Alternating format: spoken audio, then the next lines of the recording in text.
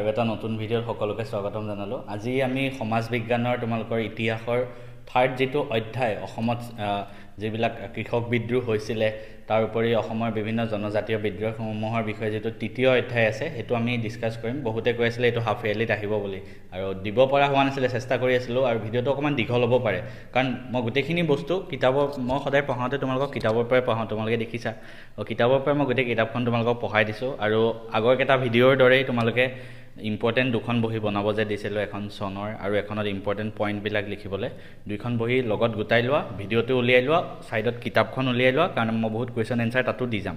তো গোটেইখিনি বস্তু উলিয়াই লৈ তোমালোকে বহিত ধুনীয়াকৈ লিখি সব বস্তু গৈ থাকা আৰু আগৰ চেপ্টাৰ কেইটা যদি চোৱা নাই মই ডেসক্ৰিপচনত লিংক দি থৈ দিম, তোমালোকে চাই ল'বা। এই ভিডিঅ'টো কমপ্লিট চাবা, তেটো শেষ হোৱাৰ পিছত নেক্সট মই এমচিকিউ ভিডিঅ' দিম এই চেপ্টাৰটোৰ ওপৰত। গতিকে আমি আজি ইতিহাসৰ থাৰ্ড চেপ্টাৰটো ষ্টাৰ্ট কৰিছো অসমত ব্ৰিটিছ বিৰোধী জাগৰণ আৰু কৃষক বিদ্ৰোহ। অসমত কিদৰে ব্ৰিটিছৰ বিৰুদ্ধে জাগৰণ ষ্টাৰ্ট হৈছিল আৰু কৃষক বিদ্ৰোহৰ বিষয়ে থাকিব। তো আৰম্ভণিতে মই কৈ থওঁ তোমালোকে দুইখন বহি উলিয়াই লোৱা, এখন য'ত চনবিলাক লিখা, এখন য'ত ইম্পৰ্টেন্ট পইণ্টবিলাক লিখা। গোটেইবোৰ বস্তু এতিয়া লিখি যাব লাগিব, ঠিক আছে? লিখি পঢ়িলে বেছি মনত ৰখে। আগৰ ভিডিঅ' কেইটা কোনোবাই যদি চাইছে গম পাব। প্ৰথম অসমত ব্ৰিটিছ বিৰোধী জাগৰণ কি আছে মই কৈ দিছো। তাৰপিছত 1857 চনৰ বিদ্ৰোহৰ বিষয়ে আছে, মণিৰাম দেৱানৰ বিদ্ৰোহৰ বিষয়ে আছে, বিদ্ৰোহৰ বিফলতাৰ কাৰণবিলাক আছে, অসমত ব্ৰিটিছ ৰাজহ বন্দোবস্তিৰ প্ৰভাৱ, ৰাজহ মানে কৰ, ৰাইজমেল আৰু বিভিন্ন স্থানত হোৱা কৃষক বিদ্ৰোহ, জনজাতীয় বিদ্ৰোহ এইবোৰ আছে। আমি আৰম্ভণিৰ পৰা চাই যাম। প্ৰথম এটা পেৰাগ্ৰাফ আছে, মানে এটা ডাঙৰ পেৰাগ্ৰাফ আছে, ইয়াত অসমৰ ব্ৰিটিছ বিৰোধী জাগৰণসমূহ কিয় হৈছিল তাৰ কাৰণবিলাক লিখা থাকিব। গতিকে ইয়াৰ পৰা আহিলে তোমালোকে পইণ্ট কৰি লিখিব পাৰিবা। চোৱা আমি চাই যাওঁ 19বিংশ শতিকাৰ 30 আৰু 40 দশকত তোমালোকে ফাৰ্ষ্ট পঢ়ি মোৰ লগে লগে তোমালোকে চাই যোৱা আৰু ইম্পৰ্টেন্ট পালে মই তোমালোকক লিখি যাব কম। 40ৰ দশকত 19বিংশ শতিকাৰ 30 আৰু 40 মানে 1930 আৰু 40 সেইখিনি সময়ত নাই 1800 হ'ব এইটো 1830 আৰু 40 ভাৰতবৰ্ষত ইষ্ট ইণ্ডিয়া কোম্পানীয়ে এক শক্তিশালী শাসকৰ ৰূপত প্ৰতিষ্ঠিত হৈছিল। অসমতো তেওঁলোকে এক শক্তিশালী প্ৰশাসনিক গাঁথনিৰ সৃষ্টি কৰি স্থানীয় লোকৰ দ্বাৰা হ'ব পৰা যিকোনো ব্ৰিটিছ বিৰোধী উত্থানক বাধা প্ৰদান কৰিবলৈ সক্ষম হৈছিল। গোমধৰ কোঁৱৰ পিয়লি ফুকনৰ বিদ্ৰোহৰ ব্যৰ্থতাই তাকে প্ৰমাণ কৰিছিল। মানে ব্ৰিটিছে সকলো বিদ্ৰোহ দমন কৰি গৈ আছিল। এক সম্পূৰ্ণ নতুন ৰাজহ ব্যৱস্থাৰে অৰ্থনীতিও তেওঁলোকে আয়ত্তলৈ আনিবলৈ সক্ষম হৈছিল। ৰাজহ মানে কৰ সংগ্ৰহ কৰিছিল, টেক্স। এই ৰাজহ ব্যৱস্থাত ব্ৰিটিছ চৰকাৰখনে কৰ কাটল সংগ্ৰহতে বেছি গুৰুত্ব প্ৰদান কৰিছিল। দৰিদ্ৰ প্ৰজা তথা কৃষকৰ দুখ দুৰ্দশা মোচন কৰাৰ ক্ষেত্ৰত কোনো ব্যৱস্থাই লোৱা নাছিল। মানে কি ব্ৰিটিছে বেছিকৈ ইম্পৰ্টেন্স দিছিলে টেক্স লোৱাতে, কিন্তু উল্টা দুখীয়া মানুহৰ পৰা যে ইমান টেক্স লৈ আছে, দুখীয়া মানুহৰ উন্নতিৰ কাৰণে একোৱে কৰা নাই। অসমত ব্ৰিটিছ শাসকৰ পূৰ্বৱৰ্তী অৱস্থাত মুদ্ৰাৰে ৰাজহ সংগ্ৰহৰ ব্যৱস্থা নাছিল, কিন্তু ইংৰাজে কি কৰিলে টকাৰ মাধ্যমত মাটিৰ খাজনা আৰু কৰ কাটল সংগ্ৰহ কৰিলে, যাৰ ফলত অসমীয়া মানুহৰ বেছি অৱস্থা শোচনীয় হ'ল। আগতে কি আছিল মুদ্ৰাৰ দ্বাৰা ৰাজহ নহলয়ে, টেক্স মুদ্ৰাৰ দ্বাৰা নলয়, ব্ৰিটিছ অহাৰ পিছতে টকাৰ পৰা মানে টকাৰ দ্বাৰা টেক্স লয়, মানে মাটি ইমান আছে ইমান খাজনা দিব লাগিব, ইমান পইচা দিব লাগিব সেনেকুৱা, যাৰ ফলত দুখীয়া মানুহৰ অৱস্থা বেয়া হৈ গৈছিল। ইয়াত এটা কিছুমান পৰিসংখ্যা দিয়া হৈছে, এইবিলাক নালাগে। ব্ৰিটিছ চৰকাৰৰ নতুন ভূমি ৰাজহ বৃদ্ধি নীতি আৰু মুদ্ৰা অৰ্থনীতিয়ে অসমীয়া সৰ্বসাধাৰণ মানুহৰ মনত তীব্ৰ অসন্তুষ্টিৰ সৃষ্টি কৰিছিল। হ'বই ন, মানুহে দুখীয়া মানুহ ইমান টেক্স লৈ আছে, আগতেতো লোৱা নাছিলে। এই মুদ্ৰা অৰ্থনীতিয়ে অসমত সুদখোৰ মহাজনৰ সৃষ্টি কৰিছিল আৰু অসমীয়া পৰ্যায়ে এই সুদখোৰ মহাজনৰ শ্ৰেণীৰ পৰা টকা ধাৰলৈ হ'লেও ভূমি ৰাজহ চৰকাৰক দিবলৈ বাধ্য হৈছিল। আৰু এই মহাজন শ্ৰেণীটো বেছি আছিলে বহিৰাগত বেপাৰী, মাৰোৱাৰী আৰু বাঙালী মহাজন। মানে কি হৈছিলে যে মুদ্ৰা অৰ্থনীতিৰ ফলত অসমৰ মানুহে টেক্স দিবলৈ বাধ্য। তো তাৰ ফলত কি হ'ল পইচা ক'ৰপৰা উলিয়াব, তাৰ কাৰণত মানুহ সৃষ্টি হ'ল সুদখোৰ। সুদখোৰ মানে এনেকুৱা মানুহ এতিয়াও বহুত গাঁৱত আছে, যে কিছুমান এনেকুৱা মানুহ আছে গাঁৱৰ ধনী মানুহ, সিহঁতে মানে কি কৰে সুদত মানুহলৈ পইচা দিয়ে, কিন্তু তাৰ ইণ্টাৰেষ্টটো বহুত বেছি হয়, সুদটো বহুত বেছি লয়। নৰ্মেলি বেংকৰ পৰা লোন ল'লে যিমান ইণ্টাৰেষ্ট লয়, সুদখোৰ মানুহজনে বেছি পইচাত মানে ইণ্টাৰেষ্টত সেইটো দিয়ে, পইচাটো দিয়ে, কিন্তু মানুহো বাধ্য, কাৰণ পইচা ক'তো নাপায়, কাৰণ ব্ৰিটিছক কৰ দিবই লাগে। তো সেইটো কাৰণে এই সুদখোৰ মানুহবিলাকৰ সৃষ্টি হৈ গৈছিলে। সেই সময়ত অসমৰ গাঁওসমূহ আত্মনিৰ্ভৰশীল আছিল আৰু উৎপন্ন বস্তু বেছি ধন খটাৰ সুবিধা একেবাৰেই নাছিলে। তদুপৰি বজাৰ সমাৰ সীমাবদ্ধতাই অসমীয়া প্ৰজাক জৰুলা কৰি তুলিছিল।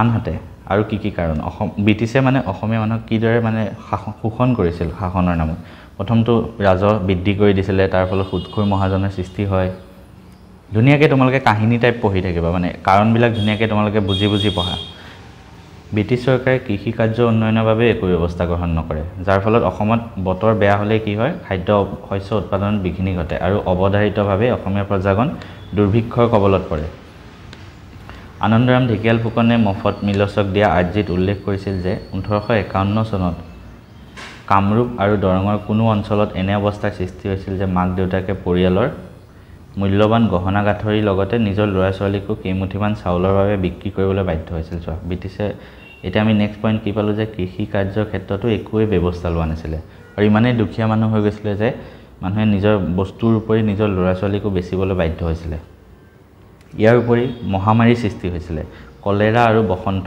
এই দুটা মহামাৰীয়ে উজনি অসমত মহামাৰীৰ ৰূপ ধাৰণ কৰিছিলে গতিকে ব্ৰিটিছৰ দিনত কিমান মানুহৰ অৱস্থা বেয়া হৈ গৈছিলে সেইখিনি লিখি আছে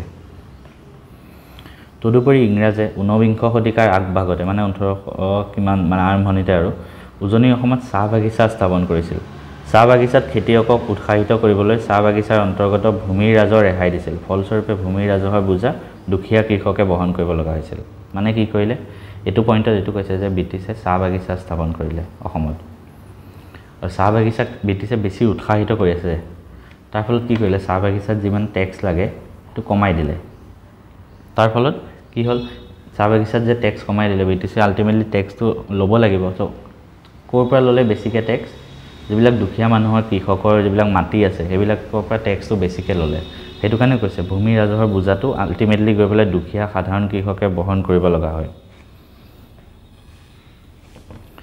ইংৰাজৰ ৰাজহ ব্যৱস্থাত মুদ্ৰা অৰ্থনীতিৰ প্ৰচলনৰ উপৰি আন কিছুমান কাৰকেও অসমীয়া প্ৰজাৰ অৱস্থা শোচনীয় কৰি তুলিছিল যেনেকৈ ভাৰতবৰ্ষৰ অন্যান্য ৰাজ্যৰ দৰে অসমতো ব্ৰিটিছ শাসনে কুটিৰ শিল্পৰ অৱনতিত অৰিহণা যোগাইছিল আহোম ৰাজত্বৰ দিনৰ পৰাই অসমত পাট মুগা ভাৰতৰ ভিতৰত বিশেষ বজাৰ আছিল কিন্তু ব্ৰিটিছ শাসনে বিলাতী বস্ত্ৰৰ আমদানিত পৃষ্ঠপোষকতা কৰাত অসমীয়া এই কুটিৰ শিল্পৰ লগত জড়িত মানুহখিনিৰ অৱস্থা শোচনীয় হৈ পৰিছিল নেক্সট পইণ্ট আমি এইটো পালোঁ যে ব্ৰিটিছে অসমত কিদৰে আৰু অসমৰ অৱনতি কৰিছিল যে গোটেই ভাৰততে কুটিৰ শিল্প প্ৰচলন আছিলে কুটিৰ শিল্প মানে থলুৱা মানুহে নিজে বনোৱা আৰু বস্তু অসমত যেনেকৈ পাট মুগা গোটেই ভাৰতত প্ৰচলন আছিলে কিন্তু ব্ৰিটিছে কি কৰিলে বাহিৰৰ পৰা বিদেশী বস্ত্ৰ আনি অসমত আনি দিলে তাৰ ফলত পাট মুগাৰ প্ৰচলন কমি গ'ল তো আল্টিমেটলি অসমৰ কুটিৰ শিল্পও ব্ৰিটিছে ডাউন কৰি দিলে নেক্সট পইণ্ট চাওঁ সাধাৰণ শ্ৰেণীৰ মানুহৰ এই অৱস্থাৰ বিপৰীতে অভিজাত শ্ৰেণীৰ লোকসকলৰ যে ব্ৰিটিছৰ অধীনত অৱস্থা ভাল হৈছিল সেইটো ক'ব নোৱাৰি মানে সাধাৰণ শ্ৰেণীৰ মানুহৰ দুখ দুৰ্দশাটো দেখাই আছোঁ এতিয়া কিন্তু ধনী মানুহবিলাকৰ যে অৱস্থা ভাল হৈছিল সেইটোও ক'ব নোৱাৰি আহোম সামন্তীয় শ্ৰেণীটোৰ কিছুসংখ্যক লোকে আৰম্ভণিৰ পৰা ব্ৰিটিছ শাসনৰ লগত জড়িত হ'বলৈ চেষ্টা কৰিছিল যদিও আধুনিক শিক্ষাৰে শিক্ষিত নোহোৱাৰ বাবে গৰিষ্ঠ সংখ্যকেই নতুন প্ৰশাসনত অংশ ল'বলৈ সক্ষম হোৱা নাছিল আনহাতে ইংৰাজ শাসকেও প্ৰশাসন চলাবলৈ বংগদেশৰ পৰা বাঙালী শিক্ষিত লোকক আমদানি কৰিবলৈ বাধ্য হৈছিল ফলস্বৰূপে কি হৈছিল অসমৰ আহোম শাসনৰ দিনৰ যিসকল ডাঙৰীয়া আছে তেওঁলোকে কৰ্মসংস্থাপন হেৰুৱাইছিল ইফালে প্ৰশাসনত নতুনকৈ নিয়োজিত বাঙালী বাবুসকলে ক্ৰমান্বয়ে অসমৰ প্ৰশাসনিক জীৱনত প্ৰভুত্ব বিস্তাৰ কৰিবলৈ আৰম্ভণি কৰিছিল তাৰ মানে ধনী শ্ৰেণীৰ মানুহৰ অৱস্থাও ভাল হোৱা নাছিলে আহোমৰ দিনত যিবিলাক ডাঙৰ মানুহ আছিলে ডাঙৰীয়া আছিলে মানে আহোমৰ দিনত যিসকলে প্ৰশাসন চলাইছিলে তেওঁলোকক কিন্তু ব্ৰিটিছে সেই চান্সটো দিয়া নাছিলে একমাত্ৰ ৰিজন এইটো দেখাইছিলে যে এইসকল পঢ়া শুনাত বেছি উন্নত নহয় পঢ়া শুনা ভাল নহয় তাৰ ফলত ব্ৰিটিছে কি কৰিছিলে বাহিৰৰ পৰা বংগদেশৰ পৰা কিছুমান মানুহ আনিছিলে শিক্ষিত লোক আৰু তেওঁলোকক অসমৰ প্ৰশাসনত নিয়োজিত কৰিছিলে তাৰ ফলত এই আহোমৰ ডাঙৰীয়াসকলো ব্ৰিটিছৰ প্ৰতি অসন্তুষ্ট হৈ আছিলে কাৰণ অভিজাত শ্ৰেণীৰ মানুহখিনিও উল্টা নিজৰ মানে লোকচান হৈ হৈছিলে অসমৰ অভিজাত শ্ৰেণীৰ লোক যিসকলে তেওঁলোকে আহোম ৰাজত্বত ফুকন বৰুৱা আদিৰ বিষয়বাব পাইছিলে কিন্তু ইংৰাজৰ দিনত তেওঁলোকক কিছু সংখ্যকক মৌজাদাৰৰ বাব দি ৰাজহ সংগ্ৰহৰ দায়িত্ব দিয়া হৈছিল যদিও বহুতো অঞ্চলত অসমৰ বাহিৰৰ পৰা বিশেষকৈ বংগদেশৰ শ্ৰীহট্ট আৰু পশ্চিম ভাৰতৰ মাৰোৱাৰ আদি অঞ্চলৰ পৰা বাঙালী আৰু মাৰোৱাৰী লোকক আনি দায়িত্ব অৰ্পণ কৰিছিল এইটো ইয়াত কৈছে আকৌ তদুপৰি অভিজাত শ্ৰেণীটো আৰু কি বেয়া কৰিছিলে চোৱা আহোম ৰাজত্বকালত অসমৰ অভিজাত শ্ৰেণীটোৱে লগোৱা লিকচো বান্দি বেটী আদিৰ সেৱা শুশ্ৰূষাৰে এক বিলাসী আৰামৰ জীৱন যাপন কৰিছিল আহোম ৰাজত্বকালত প্ৰত্যেকজন ৰজা বা ডাঙৰীয়াৰ দাস আছিলে দাস মানে তেওঁলোকৰ চব কাম কৰি দিয়ে আৰামত থাকে কিন্তু 1843 চনত দাস প্ৰথা বিলুপ্তি হৈছিল এটো ইম্পৰ্টেন্ট এটো পৰীক্ষাত আহিব পাৰে কিমান চনত দাস প্ৰথা বিলুপ্তি হৈছিল তোমালোকে চনৰ বহিখনত লিখি ৰাখা 1843 চনত গতিকে তেতিয়া কি হৈছিল এই ব্ৰাহ্মণ পুৰোহিত বা অন্যান্য অভিজাত শ্ৰেণীৰ ব্যক্তিসকলে কৃষি কৰ্মত নিজে কাম কৰিব লগা হৈছিল শ্ৰম বা মানুহৰ অভাৱ অনুভৱ কৰিবলৈ লৈছিল এই শ্ৰেণীটোৱে স্বাভাৱিকতে সামাজিক মৰ্যাদা আৰু প্ৰতিপত্তি হেৰুৱাইছিল আৰু তাৰ ফলত অসন্তুষ্ট হৈছিল মানে আল্টিমেটলি যিবিলাক ধনী মানুহ আছিল তেওঁলোকে আৰু অসন্তুষ্ট হোৱাৰ ৰিজন হল কি তেওঁলোকৰ যিবিলাক দাস আছিল সেই দাসসমূহ ব্ৰিটিছে বিলুপ্ত কৰি দিছিল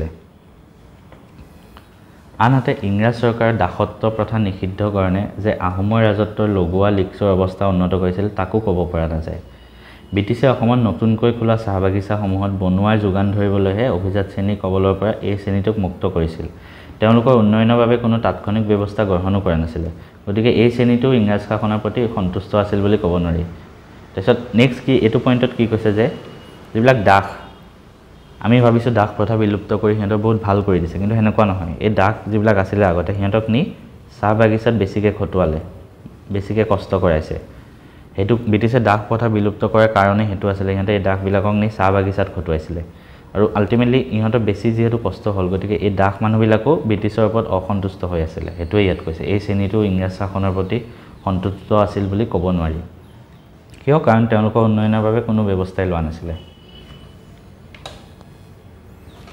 ইতিহাসবিদ হেৰম্বকান্ত বৰপূজাৰীয়ে উল্লেখ কৰিছে যে উজনিৰ সময়ৰ ভালেমান ব্ৰাহ্মণ পুৰোহিতে 1857 চনৰ বিদ্ৰোহত ব্ৰিটিছ শাসনৰ বিৰুদ্ধে আচৰণ কৰিছিল যিহেতু তেওঁলোকৰ হাতৰ পৰা ব্ৰিটিছ চৰকাৰে পূৰ্বৰ পৰা দখল কৰি অহা লাখেৰাজ তথা নিষ্কৰ ভূমিসমূহৰ অতিৰিক্তখিনি কাঢ়ি লৈছিল আৰু বাকীখিনিৰ ওপৰত খাজনা বহুৱাইছিল তো যিবিলাক অভিজাত শ্ৰেণী মানুহ তেওঁলোকৰ যিবিলাক এক্সট্ৰা মাটি আছিল সেইবিলাকো ব্ৰিটিছে লৈ ল'লে আৰু যিমান মাটি আছে নিজৰ লগত সেইখিনিৰ ওপৰতো খাজনা বহুৱালে গতিকে আমি বিভিন্ন ধৰণৰ কাৰণবিলাক চালো পইণ্টবিলাক ইয়াৰ পৰা বহুত পইণ্ট ওলাব পইণ্ট ওয়াইজ তোমালোকে লিখিব পাৰা পৰীক্ষাত এবাৰ তোমালোকে মানে পঢ়োতে ধুনীয়াকৈ কাহিনী টাইপ পঢ়িবা আৰু ৰিজনবিলাক নিজে বুজি পঢ়িবা কি কাৰণত মানুহবিলাক অসন্তুষ্ট হৈছিল সো প্ৰথম কি আছিল কৰ কাটল বৃদ্ধি কৰিছিল তাৰপিছত মুদ্ৰাৰ দ্বাৰা আমি কি পইণ্ট পঢ়িলো মুদ্ৰাৰ দ্বাৰা কৰ কাটল লোৱা আৰম্ভ কৰিলে তাৰপিছত দাস প্ৰথা আঁতৰাই দিলে যাৰ পিছত অভিজাত শ্ৰেণীবিলাক বেছি বেয়া মানে ব্ৰিটিছক বেয়া পোৱা হ'ল তাৰ লগতে কি কৰিলে অভিজাত শ্ৰেণীবিলাকক প্ৰশাসনৰ দায়িত্ব দি দিলে তাৰ পিছত নেক্সট পইণ্ট আহিব পাৰে যে কৃষি কাৰ্যৰ বাবে একো কামেই নকৰিলে ব্ৰিটিছে উন্নতিৰ বাবে কুটিৰ শিল্পত বাধা আনিলে অসমৰ পাট মুগা তাৰ উপৰি আৰু কি হৈছিল হেবোৰে পইণ্ট ওয়াইজ আমি যিমানবিলাক পঢ়িলো তাৰপিছত দাস প্ৰথা যিবিলাক বিলুপ্ত কৰিছিল কিন্তু সেই দাসসকলকো নি পেলাই উল্টা চাহ বাগিচাত লগালে তো হিহঁতো অসন্তুষ্ট হৈ আছিল গতিকে এনেকুৱা বহুত পইণ্ট ওলাব উপযুক্ত আলোচনাৰ পৰা ক'ব পৰা যায় যে 1857 চনৰ পূৰ্বৰ প্ৰায় 3 দশক জোৰা ইষ্ট ইণ্ডিয়া কোম্পানীৰ শাসনে জনসাধাৰণৰ কোনো শ্ৰেণীকে সন্তুষ্ট কৰিব পৰা নাছিল ইংৰাজ শাসনৰ আৰম্ভণিৰ গোমধৰ কোঁৱৰ পিয়লি ফুকন বা গদাধৰৰ বিদ্ৰোহ আছিল কেৱল আহোম অভিজাত দাদাঙৰীয়াসকলৰ বিদ্ৰোহ কিন্তু এই বিদ্ৰোহসমূহ তেওঁলোকৰ মাজতে সীমাবদ্ধ আছিল সাধাৰণ শ্ৰেণীৰ মানুহ অংশগ্ৰহণ নাছিল কিন্তু এই বিদ্ৰোহ দমন হোৱাৰ পিছত ইংৰাজ শাসনৰ বিৰুদ্ধে পুঞ্জীবিত অসন্তুষ্টি সৰ্বসাধাৰণলৈ বিয়পি পৰিছিল ব্ৰিটিছৰ বিৰুদ্ধে সমগ্ৰ অসমীয়া জনসাধাৰণ জাগ্ৰত হৈছিল আৰু কিয় জাগ্ৰত হৈছিল গোটেই কাৰণবিলাক ইয়াত দিয়া আছে সো এতিয়া আমি চাম অসমত 1857 চনৰ বিদ্ৰোহৰ প্ৰভাৱ কি হৈছিল আধুনিক ভাৰত বুৰঞ্জীত 1857 চন এক বিশেষভাৱে উল্লেখনীয় বছৰ 1857 চনত চিপাহী বিদ্ৰোহ হৈছিল মনত ৰাখিবা ব্ৰিটিছ সৈন্যবাহিনীত থকা ভাৰতীয় সৈন্যই এই বছৰতে বিদ্ৰোহ ঘোষণা কৰি ভাৰতবৰ্ষত ব্ৰিটিছ শাসনৰ ভেটি কপাই তুলিছিল ব্ৰিটিছৰ সাম্ৰাজ্যবাদী নীতি যেনে লৰ্ড ৱেলছলিৰ বৈশ্যতামূলক মিত্ৰতা নীতি ডেলহাউচিৰ স্বত্ব বিলোপ নীতি আদিয়ে বিভিন্ন ভাৰতীয় ৰাজ্যক ব্ৰিটিছৰ সাম্ৰাজ্যত অন্তৰ্ভুক্ত কৰিছিল এই ৰাজ্যসমূহৰ বঞ্চিত শাসকসকলৰ লগতে তেওঁলোকৰ সমৰ্থকসকলে কি কৰিছিল ভাৰতীয় সৈন্যই যেতিয়া তেওঁলোকৰ বিভিন্ন দুৰ্দশাৰ প্ৰতিবাদত 1857 চনৰ 10 মে তাৰিখে মিৰাটত বিদ্ৰোহ ঘোষণা কৰিছিল তেতিয়া এই বিদ্ৰোহী সৈন্যবাহিনীক সম্পূৰ্ণ সমৰ্থন আগবঢ়াই বিদ্ৰোহ আৰু শক্তিশালী কৰিছিল মানে চিপাহী বিদ্ৰোহৰ কথা কৈ আছে মোগল সম্ৰাট দ্বিতীয় শাহ বাহাদুৰ শাহ কানপুৰৰ নানা চাহেব মাৰাঠা নেতা তাতিয়া টুপে ঝান্সীৰ ৰাণী লক্ষ্মীমাই আদিয়ে এই বিদ্ৰোহৰ নেতৃত্ব দিছিল বিদ্ৰোহীসকলে দ্বিতীয় বাহাদুৰ শাহক পুনৰ মোগল সম্ৰাট পাতি ব্ৰিটিছৰ শাসন চিৰদিনলৈ ভাৰতত অৱসান ঘটাব বিচাৰিছিল এটা প্ৰশ্ন আহিব পাৰে যে চিপাহী বিদ্ৰোহত বিদ্ৰোহীসকলে কাক সম্ৰাট পাতিব বিচাৰিছিল গতিকে এইটো পইণ্ট লিখি ৰাখা দ্বিতীয় শাহ বাহাদুৰ শাহক ইতিমধ্যে আলোচনা কৰা হৈছে যে ব্ৰিটিছ শোষণ শাসনৰ বিৰুদ্ধে অসমীয়া জনসাধাৰণ জাগ্ৰত হৈছিল। 1857 চনৰ বিদ্ৰোহে অসমৰ অভিজাত শ্ৰেণীটোক ব্ৰিটিছ শাসন ওফৰাই পুৰণি ৰাজতন্ত্ৰ প্ৰতিষ্ঠা কৰাৰ এক সোণোৱালী সুযোগ প্ৰদান কৰিছিল। সেয়ে 1857 চনৰ বিদ্ৰোহে অসমতো প্ৰতিক্ৰিয়াৰ সৃষ্টি কৰিছিল। ব্ৰহ্মপুত্ৰ উপত্যকাত কিছুসংখ্যক লোকে অসমত অৱস্থান কৰা ব্ৰিটিছ সৈন্যবাহিনীত থকা সেনাৰ মাজত অসন্তুষ্টি বিয়পাই দি অসমতো চিপাহী বিদ্ৰোহৰ উত্থান ঘটাইছিল। বৰাক উপত্যকাতো চিটাগঞ্জৰ পৰা অহা চিপাহীসকলে বিদ্ৰোহৰ সূচনা কৰিছিলে। তেওঁলোকৰ সহায়ত ইংৰাজক খেদি আহোম ৰাজ পৰিয়ালৰ এজন কোঁৱৰক অসমৰ ৰজা হিচাপে প্ৰতিষ্ঠা কৰাৰ চেষ্টা কৰিছিলে। উত্তৰ ভাৰতত যেতিয়া বিদ্ৰোহ আৰম্ভ কৰিছিলে 1857 চনৰ, অসমত তেতিয়া ইংৰাজ সৈন্যৰ দুটা ৰেজিমেণ্ট আছিলে। এটা ডিব্ৰুগড়ৰ প্ৰথম আসাম লাইট ইনফেণ্ট্ৰি আৰু গুৱাহাটীৰ দ্বিতীয় আসাম লাইট ইনফেণ্ট্ৰি। যদিও প্ৰথম অৱস্থাত এই দুইটা ৰেজিমেণ্টৰ সৈন্যসকল নিৰ্বিকাৰ আছিলে, বিহাৰত চিপাহী বিদ্ৰোহৰ খবৰ পাই অসমতো ডিব্ৰুগড় গুৱাহাটী এই দুটা যি ৰেজিমেণ্ট আছিলে তেওঁলোকেও শিৱসাগৰ আৰু চৈখোৱাত থকা চাউনীৰ সৈন্যৰ মাজত অসন্তুষ্টি বিয়পিছিলে। মানে কি হ'ল, 1857 চনৰ বিদ্ৰোহৰ প্ৰভাৱ অসমত কিদৰে পৰিছিলে সেইখিনি যদি সোধে প্ৰথম এইখিনি লিখিব লাগিব, এইখিনি পইণ্ট অসমত কিদৰে আহিছিলে মানে। তাৰপিছত এতিয়া চাম আমি মণিৰাম দেৱানৰ বিদ্ৰোহ। যিসকল সৈন্যবাহিনীৰ মাজত ব্ৰিটিছ চৰকাৰৰ বিৰুদ্ধে অসন্তুষ্টি বিয়পোৱাৰ চেষ্টা কৰিছিল তেওঁলোক আছিল অসমৰ পুৰণি অভিজাত শ্ৰেণীৰ কিছু লোক। আগৰ অভিজাত শ্ৰেণীৰ লোকসকল, অভিজাত শ্ৰেণীৰ লোকসকলে কিয় বিদ্ৰোহ কৰিছিলে, মানে কিয় অসন্তুষ্টি হৈছিলে, আমি অলপ আগত পঢ়ি আহিছিলোঁ। দাস প্ৰথা বিলোপ কৰিছিলে বা মাটি কাঢ়ি লৈছিলে, সেইবোৰ কাৰণত তেওঁলোকে অসমৰ পৰা ব্ৰিটিছ শাসন ওপৰাৰ লগতে প্ৰাক্তন আহোম ৰজা পুৰন্দৰ সিংহৰ নাতি কন্দপেশ্বৰ সিংহক সিংহাসনত প্ৰতিষ্ঠা কৰি আহোম ৰাজতন্ত্ৰ প্ৰতিষ্ঠা কৰিবলৈ সপোন দেখিছিল। মানে অসমত যি বিদ্ৰোহ হৈছিলে 1857 চনত, তো অসমৰ ৰজা কাক পাতিবলৈ চেষ্টা কৰিছিলে সেইটো আহিব পাৰে, কন্দপেশ্বৰ সিংহ। লিখি ৰাখিবা সেইটো, কন্দপেশ্বৰ সিংহক সিংহাসনত প্ৰতিষ্ঠা কৰিম বুলি ভাবিছিলে। এই সমগ্ৰ পৰিকল্পনাৰ মূলতে আছিলে কোন, মণিৰাম বৰভাণ্ডাৰ বৰুৱা, যি মণিৰাম দেৱান নামেৰে জনপ্ৰিয় আছিলে।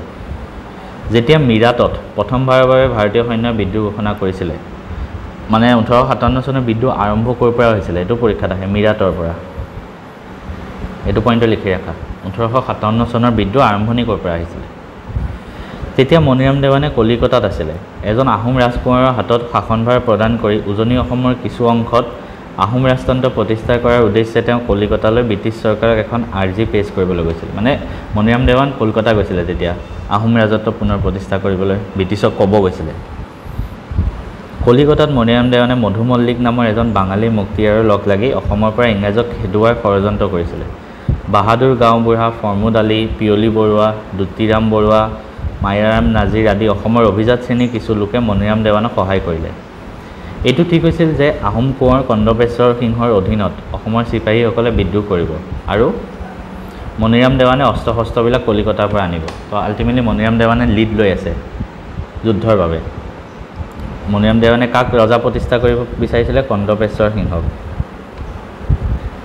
অলৰেডি তেওঁ কলিকতাত যুঁজা চলাই আছে। ইংৰাজ চৰকাৰে এই ষড়যন্ত্ৰৰ উমান 1857 চনৰ আগষ্ট মাহতে পাইছিলে। সেই অনুযায়ী বিদ্ৰোহীসকলক তেওঁলোকে দমন কৰিবলৈ প্ৰস্তুতি কৰি আছে। চিফ কমিছনাৰ জেনকিনছে পৰিস্থিতিৰ গুৰুত্ব বুজি বংগদেশৰ পৰা প্ৰশিক্ষিত ইউৰোপীয়ান সৈন্যৰ এক ফৌজ পঠিয়াবলৈ চৰকাৰক অনুৰোধ কৰিলে।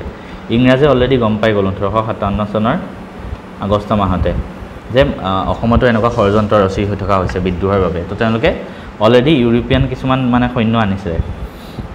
তাৰপিছত ছেপ্টেম্বৰ মাহত কি হ'ল, শিৱসাগৰ প্ৰিন্সিপাল এছিষ্টেণ্ট কেপ্টেইন হলৰেডে মণিৰাম দেৱানে লিখা বহুকেইখন চিঠি ধৰা পেলাবলৈ সক্ষম হয়, য'ত ইংৰাজৰ বিৰুদ্ধে কৰা ষড়যন্ত্ৰ উল্লেখ আছিলে। মানে মণিৰাম দেৱানে কিছুমান চিঠি পঠাইছিলে কাৰোবালৈ, সেই চিঠিকেইখনত মানে কেনেকৈ তেওঁলোকে যুদ্ধ কৰিব, কেনেকৈ বিদ্ৰোহ কৰিব, গোটেইবোৰ লিখা আছিলে। আৰু ইংৰাজৰ এজন শাসক প্ৰিন্সিপাল এছিষ্টেণ্ট কেপ্টেইন হলৰেডে সেই চিঠিকেইখন ধৰা পেলায়। কেপ্টেইন হলৰেডৰ আহ্বানত কেপ্টেইন লৌডাৰ এটি ব্ৰিটিছ ফৌজৰ সৈতে যোৰহাটত উপস্থিত হয় আৰু ছেপ্টেম্বৰৰ 7 তাৰিখে কন্দপেশ্বৰ সিংহক আটক কৰে। আহোম ৰাজকুঁৱৰক কলিকতালৈ পঠিয়াই আলিপুৰ জেইলত বন্দী কৰি ৰখা হয়। তাৰমানে এই পেৰেগ্ৰাফটোত এইটো কৈছে যে ব্ৰিটিছে কিদৰে দমন কৰে। ছেপ্টেম্বৰ মাহতে চিঠিবিলাক পালে, চিঠি পোৱাৰ পিছতে কাক আটক কৰি ল'লে, কন্দপেশ্বৰ সিংহক আটক কৰি ল'লে আৰু জেইলত পঠাই দিলে কলকাতাত। তো কন্দপেশ্বৰ সিংহক কোনখন জেইলত ব্ৰিটিছে বন্দী কৰিছিলে এইটো আহিব পাৰে, লিখি ৰাখা, কলিকতাৰ আলিপুৰ জেইলত। ঠিক আছে। আৰু কোনে আটক কৰিছিলে, কেপ্টেইন লৌডাৰে। এইটো পইণ্টটো লিখি ৰাখা। কন্দবেশ্বৰ সিংহৰ গ্ৰেপ্তাৰৰ পিছতে কলিকতাত মণিৰাম দেৱানক গ্ৰেপ্তাৰ কৰা হয়। তাৰ লগে লগে মণিৰাম দেৱান যোনে লিড লৈ আছিলে তেওঁকো গ্ৰেপ্তাৰ কৰায়। মণিৰাম দেৱান ব্ৰিটিছৰ বিৰুদ্ধে কৰা ষড়যন্ত্ৰৰ মূল নায়ক আছিল। তেওঁক আলিপুৰ জেলত প্ৰায় 2.5 মাহ ৰখা হয় আৰু ডিচেম্বৰত যোৰহাটলৈ প্ৰেৰণ কৰা হয়। মণিৰাম দেৱানকো ক'ত আটক কৰা হয়? আলিপুৰ জেলতে ৰখা হৈছিলে কলকাতাত। সেইটো আহিব পাৰে। কেপ্টেইন হলৰেডে বিশেষভাৱে গঠিত বিচাৰপীঠৰ দ্বাৰা মণিৰাম দেৱান আৰু পিয়লি বৰুৱাক ইংৰাজৰ বিৰুদ্ধে কৰা ষড়যন্ত্ৰৰ বাবে দোষী সাব্যস্ত কৰে আৰু ফাঁচীৰ হুকুম জাৰি কৰে। সেই অনুযায়ী 1858 চনৰ 26 ফেব্ৰুৱাৰীত দুয়োজনকে ফাঁচী দিয়া হয়। তো অসমৰ শ্বহীদ হয় অসমৰ পৰা ব্ৰিটিছৰ বিৰুদ্ধে আচৰণ কৰি কোন? পিয়লি ফুকন আৰু মণিৰাম দেৱান। তাৰিখটো বিশেষভাৱে মনত ৰাখা। এইটো জেনেৰেল নলেজৰ বাবেও হয় বা পৰীক্ষাটো আহিব। এতিয়া তাৰিখটোৰ সৈতে মনত ৰাখা। কিমান? 26 ফেব্ৰুৱাৰী 1858 মণিৰাম দেৱান আৰু পিয়লি ফুকনক ফাঁচী দিয়া হয়। কাক কাক ফাঁচী দিয়া হয় এইটো লিখি ৰাখা।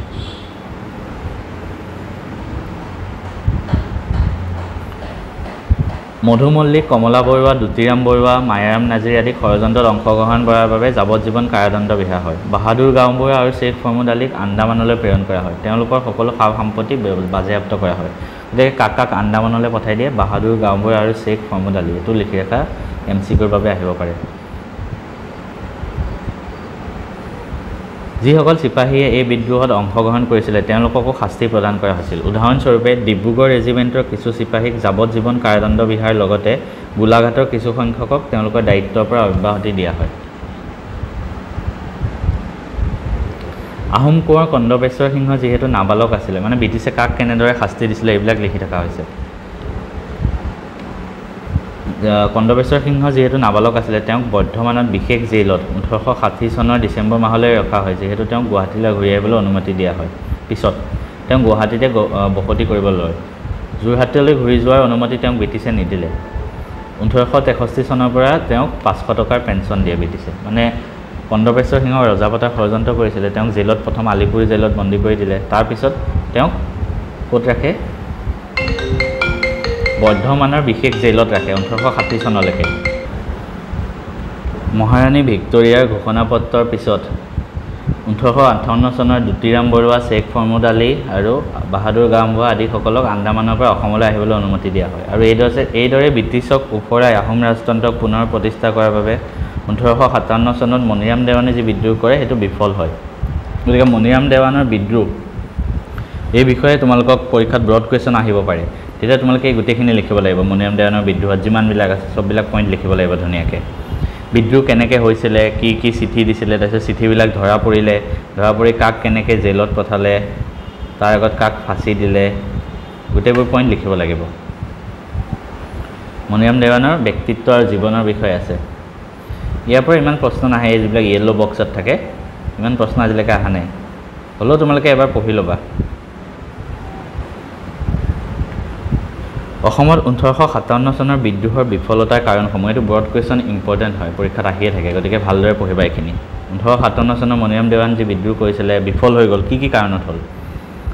উপৰোক্ত আলোচনাৰ পৰা ক'ব পাৰি যে ৰাজনৈতিক আৰু সাংগঠনিক প্ৰচেষ্টাৰ পিছতো মণিৰাম দেৱান আৰু তেওঁৰ সহযোগীসকলে উত্তৰ ভাৰতৰ দৰে অসমত চিপাহী বিদ্ৰোহৰ জুই জ্বলাবলৈ সক্ষম নহ'ল।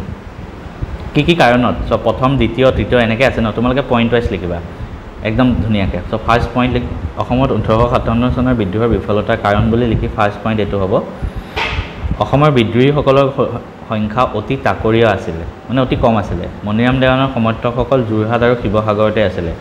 নগাঁও, কামৰূপ, গুৱাহাটীত বিশেষ সমৰ্থন নাছিলে। চ' প্ৰথম পইণ্ট কি হ'ল যে একেবাৰে কম সংখ্যক বিদ্ৰোহী আছিলে। 2 নম্বৰ পইণ্ট, বিদ্ৰোহৰ নেতাসকলৰ সময় জ্ঞান নাছিল, কিয়নো তেওঁলোকে প্ৰস্তুতি সম্পূৰ্ণ কৰিও সময়ত কাৰ্যকৰী কৰা নাছিলে, যাৰ ফলত ইংৰাজ চৰকাৰে প্ৰতিৰক্ষাৰ বাবে বহুত সময় পাইছিলে। সময় জ্ঞান নাছিলে, মানে বেছি সময়ে নাপালে অসমত বিদ্ৰোহ কৰিবলৈ। থাৰ্ড পইণ্ট, বিদ্ৰোহৰ মুখ্য সংগঠক মণিৰাম দেৱান বিদ্ৰোহস্থলীৰ পৰা বহু যোজন দূৰৈত আছিলে, কাৰণ মণিৰাম দেৱানটো আছিলে কলকাতাত। সেই সময়ৰ পৰিপ্ৰেক্ষিতত কলিকতা অসমৰ পৰা বহু দূৰৈত আছিল, তাৰ পৰা চিঠি পঠায়ো পৰিচালিত কৰাটো বাস্তৱসন্মত নাছিলে। মণিৰাম দেৱান যিমান সোনকালে পাৰে কলকাতাৰ পৰা আহিব লাগিছিলে। প্ৰশাসনিক অভিজ্ঞতা থাকিলেও বিদ্ৰোহৰ নেতৃত্বৰ বাবে প্ৰয়োজনীয় দক্ষতা দেৱানৰ নাছিলে। বিদ্ৰোহৰ নেতৃত্ব দিয়াজনে প্ৰতিপক্ষক দুৰ্বল বুলি অৱজ্ঞা কৰা বা ক্ষমতা বুদ্ধিমত্তাক হেয়জ্ঞান কৰিলে কি পৰিণাম হয় মণিৰাম দেৱান ট্ৰাইতে উৎকৃষ্ট নিদৰ্শন আছিল। থাৰ্ড পইণ্ট আছিলে এইটো। ফ'ৰ্থ পইণ্ট কি হ'ব? সমাজৰ প্ৰতিটো শ্ৰেণীৰ মানুহকে বিদ্ৰোহত জড়িত কৰিবলৈ মণিৰাম দেৱান তথা সহযোগীসকলে কোনো প্ৰচেষ্টা হাতত লোৱা নাছিলে। সকলো শ্ৰেণীকে অনা নাছিলে, অভিজাত শ্ৰেণীটোৱে হয়তো বেছিকৈ জড়িত আছিলে। নগাঁও আৰু গুৱাহাটীত অসমৰ নতুন মধ্যবিত্ত শ্ৰেণীৰ লোকসকল বিদ্ৰোহৰ প্ৰতি অলপো সহানুভূতিশীল নাছিলে। সেই সময়ত নতুনকৈ বিকশিত হৈ উঠা মধ্যবিত্ত অসমীয়া লোকসকলে বাঙালী মধ্যবিত্ত শ্ৰেণীৰ জীৱনধাৰাৰ প্ৰতিহে বেছি আকৰ্ষিত হৈছিলে। পুৰণি আহোম ৰাজতান্ত্ৰিক শাসন ব্যৱস্থাৰ অধীনলৈ পুনৰাই উভতি যাবলৈ তেওঁলোকৰ ইচ্ছা প্ৰকাশ কৰা নাছিলে। গতিকে 1857 চনৰ বিদ্ৰোহত অসমৰ এই শ্ৰেণীৰ লোকে কোনো সহানুভূতি প্ৰদৰ্শন কৰা নাছিলে। ফিফ্থ পইণ্ট, অসমৰ বিদ্ৰোহীসকলে তেওঁলোকৰ কাৰ্যপন্থাৰ গোপনীয়তা ৰক্ষা কৰাত ব্যৰ্থ হৈছিল। ফলস্বৰূপে সমগ্ৰ পৰিকল্পনা ব্ৰিটিছ চৰকাৰেও অৱগত হৈছিল আৰু বিদ্ৰোহ নিৰ্মূল কৰাত সফল হৈছিল। মানে কোনো ছিক্ৰেচিয়ে মেইনটেইন নকৰিলে, বস্তুবিলাক ছিক্ৰেট নাৰাখিলে। যি আহিছে চব মানুহে গম পাই যায়, সেইটো কাৰণে ব্ৰিটিছেও গম পাই গ'ল আৰু দমন কৰিবলৈ বেছি সহজ হ'ল। 6 পইণ্ট, গোটেইকেইটা পইণ্ট লিখিব। পৰীক্ষাত বোলে 5 নম্বৰ আহিছে 5টাহে পইণ্ট লিখিম সেনেকুৱা নহয়, যিমানটা পইণ্ট আছে গোটেইকেইটা। অসমৰ বিদ্ৰোহীসকলে প্ৰয়োজন অনুযায়ী অস্ত্ৰ শস্ত্ৰৰ যোগান পোৱা নাছিলে। মণিৰাম দেৱানে যদিও অস্ত্ৰৰ যোগান দিয়াৰ কথা আছিল, কিন্তু তাৰ আগতেই তেওঁ গ্ৰেপ্তাৰেই হৈ যায়, বেছিকৈ অস্ত্ৰ নাপালেই। 7 পইণ্ট, ভাৰতবৰ্ষৰ অন্যান্য প্ৰান্তৰ দৰে অসমতো ব্ৰিটিছ সৈন্যবাহিনীত থকা ভাৰতীয় সৈন্যই মূল চালিকা শক্তি হিচাপে বিদ্ৰোহত অংশ লোৱা নাছিলে। অসমৰ বিদ্ৰোহীসকলে মিৰাট, দিল্লী, লক্ষ্ণৌ আদিৰ দৰে চিপাহীসকলৰ সমৰ্থন আদায় কৰিব নোৱাৰিলে। মানে অসমত সাধাৰণ মানুহবিলাকে বেছিকৈ বিদ্ৰোহ কৰিলে, চিপাহীসকলে সমৰ্থনেই নকৰিলে। গতিকে গোটেইকেইটা পইণ্ট কেনেকৈ লিখিবা? ফাৰ্ষ্ট পইণ্ট লিখিবা এইখিনিৰ পৰা। ফাৰ্ষ্ট পইণ্ট কি আছিলে? বিদ্ৰোহীসকলৰ সংখ্যা অতি কম আছিলে, ক'ত ক'ত সীমাবদ্ধ আছিলে, এইখিনিলৈকে লিখিবা। ছেকেণ্ড পইণ্ট লিখিবা, সময়ৰ জ্ঞান নাছিলে, যাৰ ফলত মানে ব্ৰিটিছে বিদ্ৰোহ দমন কৰিবলৈ আৰামত বহুত সময় পালে। থাৰ্ড পইণ্ট এইখিনিৰ পৰা লিখিবা, মণিৰাম দেৱান বহুত দূৰত আছিলে, যাৰ ফলত ইমান দূৰৰ পৰা পৰিচালনা কৰিব পৰা মানে সহজ নাছিলে। এইখিনি লিখিবা, এইখিনিলৈকে লিখিলেই হ'ল। ফ'ৰ্থ পইণ্ট লিখিবা, সমাজৰ প্ৰতিটো শ্ৰেণী মানে ইয়াতে পাৰ্ট লোৱা নাছিলে, অভিজাত শ্ৰেণীৰ মাজতে সীমাবদ্ধ আছিলে, মধ্যবিত্ত শ্ৰেণীৰ লোকসকল ইয়াত নাছিলে। ফিফ্থ পইণ্ট, তেওঁলোকে যিবিলাক ছিক্ৰেট বস্তুবিলাক চবকে জনাই দিলে ব্ৰিটিছে, সেইটো কাৰণে দমন কৰিবলৈ বেছি সহজ হ'ল। 6 পইণ্ট লিখিবা এইখিনিৰ পৰা, অস্ত্ৰ শস্ত্ৰৰ যোগানৰ বিষয়ে নহ'ল বেছি। আৰু 7 পইণ্ট, চিপাহীসকলে বেছি সমৰ্থন আগ নবঢ়ালে। গতিকে এইটো ধুনীয়াকৈ মই তোমালোকক কৈ দিছোঁ, আৰামত পইণ্ট ৱাইজ লিখিবা, ফুল মাৰ্কছ পাবা। 5 নম্বৰ আহিলেও তোমালোকে 7টা পইণ্টেই লিখিব লাগিব। অসমত 1857 চনৰ বিদ্ৰোহৰ গুৰুত্বৰ বিষয়ে আছে। 1857 চনৰ বিদ্ৰোহ যদিও ব্ৰিটিছ চৰকাৰে কঠোৰ হাতেৰে দমন কৰিছিলে, এইটোও কিন্তু ব্ৰড কুৱেশ্যন আহে হা, এইটোও ইম্পৰ্টেণ্ট হয়, গতিকে এইটো পইণ্ট ৱাইজ লিখিব লাগিব। ফাৰ্ষ্ট, অসমৰ 1857 চনৰ বিদ্ৰোহৰ কি গুৰুত্ব? ফাৰ্ষ্টটো হ'ল, যদিও কঠোৰ হাতেৰে দমন কৰিছিলে, অসমৰ ইতিহাসত প্ৰথমবাৰৰ বাবে এক সৰ্বভাৰতীয় ঐতিহাসিক ঘটনাৰ লগত অসম জড়িত হৈছিল। মানে ইমান ডাঙৰ বিদ্ৰোহ অসমত প্ৰথমবাৰৰ বাবে হৈছিলে, গতিকে এইটো এটা ফাৰ্ষ্ট পইণ্ট, গুৰুত্ব যদি লিখিব আহে। ছেকেণ্ড পইণ্ট হ'ব, 1861 চনৰ পৰা অসমত আৰম্ভ হোৱা কৃষক বিদ্ৰোহসমূহ 1857 চনৰ এই বিদ্ৰোহৰে অনুপ্ৰাণিত হৈছিলে। মানে 1857 চনত ফাৰ্ষ্ট হ'ল, তাৰপিছৰ পৰা বাকীবিলাক বিদ্ৰোহ আৰম্ভ হৈছিলে। থাৰ্ড গুৰুত্বটো হ'ল, অসমতো হিন্দু আৰু মুছলমান এই দুটা প্ৰধান সম্প্ৰদায়ে একগোট হৈ বিদ্ৰোহত অংশগ্ৰহণ কৰিছিল, যাৰ ফলত জাতীয়তাবোধৰ বিকাশত ইন্ধন যোগাইছিল। মানে জাতি, ধৰ্ম, বৰ্ণ নিৰ্বিশেষে সকলোৱে বিদ্ৰোহত অংশগ্ৰহণ যিহেতু কৰিলে, হিন্দু মুছলমান সকলো একগোট হৈ, গতিকে বেছি ঐক্যবদ্ধভাৱে ব্ৰিটিছক দমন কৰিব পাৰিলে। আৰু ঠিক আছে, 1857 চনৰ বিদ্ৰোহৰ পৰা ভাৰতীয় স্বাধীনতা আন্দোলনৰ অন্যান্য সংগ্ৰামীৰ দৰে অসমীয়া সংগ্ৰামীসকলেও মণিৰাম দেৱান তথা সহযোগীসকলৰ কৰ্মৰ দ্বাৰা অনুপ্ৰাণিত হৈছিল। এইটো 4th পইণ্ট লিখি দিবা, 4টা পইণ্ট ধুনীয়াকৈ ওলাই গ'ল। ইয়াৰ পিছত আমি পঢ়িম কৃষক বিদ্ৰোহৰ বিষয়ে। অসমত বিভিন্ন জেগাত কৃষকবিলাকৰ মাজত ব্ৰিটিছৰ বিৰুদ্ধে বিদ্ৰোহ আৰম্ভ হ'ল। তো এই গোটেইবিলাক বিদ্ৰোহৰ বিষয়ে আমি পঢ়িম, তোমালোকে ধুনীয়াকৈ কাহিনী নিচিনাকৈ চাবা হা বস্তুবিলাক। 1857 চনৰ বিদ্ৰোহ দমনৰ পিছত ইষ্ট ইণ্ডিয়া কোম্পানীৰ হাতৰ পৰা ক্ষমতা মহাৰাণীৰ ঘোষণাপত্ৰৰ যোগেদি ইংলেণ্ডৰ ৰাণীলৈ হস্তান্তৰিত কৰা হয়। 1857 চনৰ বিদ্ৰোহে ব্ৰিটিছ চৰকাৰৰ অৰ্থনৈতিক অৱস্থা শোচনীয় কৰি তোলে। বিদ্ৰোহ দমন কৰাৰ নামত বহুত পইচা ব্ৰিটিছৰ খৰচ হয়, যাৰ ফলত 1857-58 চনত ঘাটি বাজেট 14 মিলিয়ন পাউণ্ডলৈ বৃদ্ধি পাইছিল। গতিকে চিপাহী বিদ্ৰোহৰ পৰৱৰ্তী বছৰকেইটাত ইংৰাজ চৰকাৰৰ প্ৰধান কাম আছিলে কি? ভাৰতবৰ্ষত অৰ্থনৈতিক অৱস্থা সুস্থিৰ কৰি তোলা আৰু বিদ্ৰোহৰ ঘাটি পূৰণ কৰা। ফলস্বৰূপে ভাৰতীয় জনসাধাৰণৰ ওপৰত কৰ কাটলৰ বোজা বেছি পৰিছিলে অবভিয়াছলি পৰিব কাৰণ ব্ৰিটিছে পইচাবিলাক আনিব লাগিব যাৰ ফলত কৰ কাটলে বেছি কৰে পৰীক্ষাত এনেকৈ প্ৰশ্ন আহিব পাৰে যে 1857 চনৰ পিছত কিয় কৰ কাটল ব্ৰিটিছে বৃদ্ধি কৰিছিলে গতিকে এইখিনি লিখি ৰাখা ধুনীয়াকৈ এনেই লিখি ৰাখা পৰীক্ষাত নাহিলেও লিখি ৰাখাচোন এইখিনি পইণ্ট অসমৰ ক্ষেত্ৰতো একেই নীতি পালন কৰা হৈছিল প্ৰচলিত অন্যান্য কৰ কাটল বহাল ৰাখাৰ উপৰি আৰু ভালেমান কৰ কাটল আৰু খাজনা বহুৱাৰ ব্যৱস্থা কৰা হৈছিল কৰ বৃদ্ধিৰ হাৰ 1854 চনৰ পৰা 70 চনৰ ভিতৰত 100% বৃদ্ধি পাইছিল 100% বঢ়াই দিছিলে আগতে যিমান আছিলে তাৰ দুমানে দুগুণ কৰি দিলে 1858 চনত বিদ্ৰোহৰ এক বছৰ পিছতে ষ্টাম্প ডিউটি টিকট কৰ 1860 চনত আয় কৰ মানে ইনকাম টেক্স আমদানি কৰ হাবিৰ কাঠ বাঁহ খেৰ চবৰ ওপৰতে খালি টেক্স লগাই দিলে চৰ চাপৰিৰ ওপৰত গৰু ম'হ চৰোৱাৰ বাবে গ্ৰেজিং কৰ সকলো বঢ়াই দিলে এক্সাইজ ডিউটি আবকাৰী কৰ সোণ কমোৱা নৈ মাছ ধৰা নৈ আদিত ডাকত দিয়া হ'ল ব্ৰিটিছ চৰকাৰৰ ৰাজহ সংগ্ৰহ এই সকলোবোৰ ব্যৱস্থাই আটাইতকৈ বেছি ক্ষতিগ্ৰস্ত কৰিছিল কৃষকসকলক আগতে উল্লেখ কৰা হৈছে যে কৃষকসকলৰ পৰা কৰ কাটল সংগ্ৰহ কৰিলেও কৃষিৰ বাবে উন্নতিৰ বাবে ব্ৰিটিছে একোৱেই ব্যৱস্থা নল'লে বিদেশী চৰকাৰখনে প্ৰাকৃতিক দুৰ্যোগ মহামাৰী আনকি দুৰ্ভিক্ষ সময়তো কৃষকক কৰো ৰেহাই নিদিয়ে আৰু খেতি বাতি মানে অনুপ্ৰেৰণা দিবলৈ একো কামেই নকৰে যাৰ ফলত ৰাইজ অতি বিতুষ্ট হৈছিল আৰু তাৰ ফলস্বৰূপে কৃষক বিদ্ৰোহ হৈছিল অসমত কৃষক বিদ্ৰোহৰ কাৰণ কি পৰীক্ষাত এইটো আহে তো তোমালোকে এইখিনি লিখিবা এইখিনিৰ পৰা লিখিবা ধুনীয়াকৈ কি হৈছিলে মানে আল্টিমেটলি বুজি লোৱা বুজি কি কৈছিলে ব্ৰিটিছে চব জেগাতে টেক্স বঢ়াই দিলে কিন্তু কৃষকৰ যিবিলাক উন্নতিৰ বাবে একোৱে কাম নকৰিলে দুৰ্ভিক্ষৰ সময়তো কৃষকক সহায় নকৰিলে তাৰ ফলত এই বিদ্ৰোহ হৈছিলে এই গোটেইখিনি তোমালোকে বহিত লিখি ৰাখা কৃষক বিদ্ৰোহৰ কাৰণ এতিয়া ফাৰ্ষ্ট পঢ়িম ৰাইজ মেল কি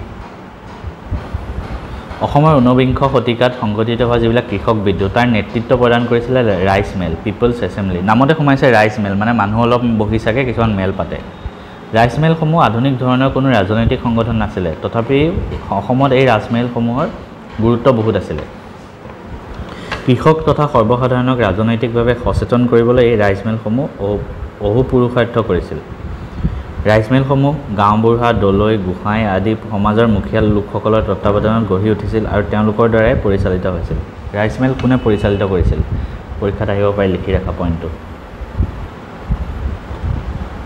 এই মেলসমূহ গাঁও পঞ্চায়তৰ দৰে মাত্ৰ একোখন গাঁৱতে সীমাবদ্ধ নাছিল ই কেইবাখনো গাঁৱৰ মাজত সামৰি লৈছিল জাত পাত আৰু সম্প্ৰদায় নিৰ্বিশেষে সকলোৱে ৰাইচ মেলত অংশগ্ৰহণ কৰিছিল যি ৰাইচ মেলসমূহক এক অনন্য বৈশিষ্ট্য দিছিল অসমীয়া দেখাৰ কথা আছে ৰাইজে ৰজা জ্ঞাতিয়ে গংগা ৰাইজমেলসমূহৰ এই বাক্যশাৰী সঠিক ৰূপত প্ৰতিফলিত কৰিছিল ৰাইজে মানে একত্ৰিত হৈ এটা সিদ্ধান্ত লয় আৰু সেই তাৰ কাৰণে ৰাইজমেল পাতে ৰাইজমেলৰ ওপৰত এটা চমুটোকাও আহিব পাৰে তেতিয়া তোমালোকে এইখিনিৰ পৰা লিখিবা এইখিনিলৈকে ৰাইজমেলৰ বিষয়ে লিখিবা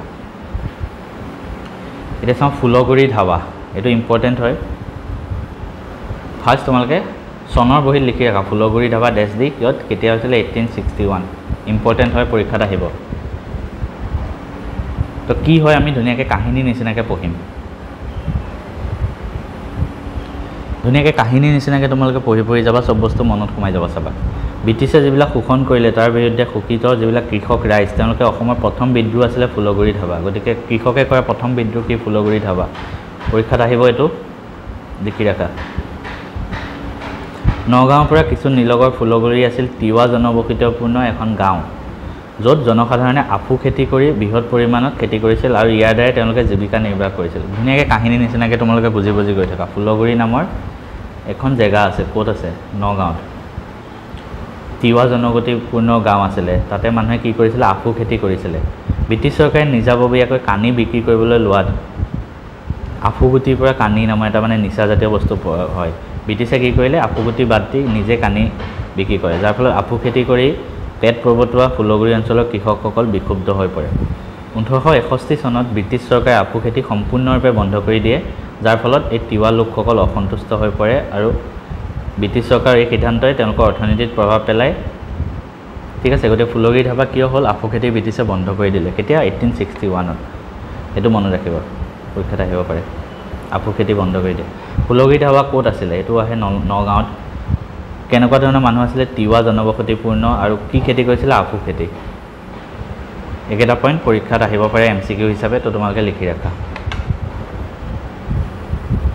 চৰকাৰে আফু খেতি বন্ধ যেতিয়া কৰি দিলে 1861ত 17 ছেপ্টেম্বৰ তাৰিখে 1500 কৃষকে ইয়াৰ প্ৰতিবাদ কৰিবলৈ বিভিন্ন অঞ্চলৰ পৰা আহি ফুলগুৰিত ৰাইজ মেল অনুষ্ঠিত কৰে মেলত কৃষকসকলে আফু খেতি বন্ধ কৰাৰ নিৰ্দেশ বাতিল কৰিবলৈ আৰু পাণ তামোলৰ ওপৰত যাতে কোনো টেক্স নলগায় সেই কথা উপায়ুক্তক জনোৱাৰ সিদ্ধান্ত লয় সেই সময়ত নগাঁৱৰ উপায়ুক্ত কোন আছিলে নগাঁৱৰ DC আছিলে লেফটেনেণ্ট হাৰ্বাৰ্ট স্কন্স গতিকে নেক্সট আমি এইটো পইণ্ট লিখিম ফুলগুৰি ধাবাৰ যিটো ইনচিডেণ্ট হৈছিলে তেতিয়া নগাঁৱৰ উপায়ুক্ত কোন আছিলে লেফটেনেণ্ট হাৰ্বাৰ্ট স্কন্স এইটো MCQ আহিব পাৰে তেওঁ ৰাইজৰ আবেদনৰ প্ৰতি ৰাইজে কি আবেদন দিছিলে দুটা এটা আফু খেতি বন্ধ কৰিবলৈ বাতিল কৰিবলৈ আৰু পাণ তামোলৰ ওপৰত যাতে কোনো কৰ নলগায় কি দাবী দিছিলে ৰাইজে সেইটো লিখিবা সেইটো আহিব পাৰে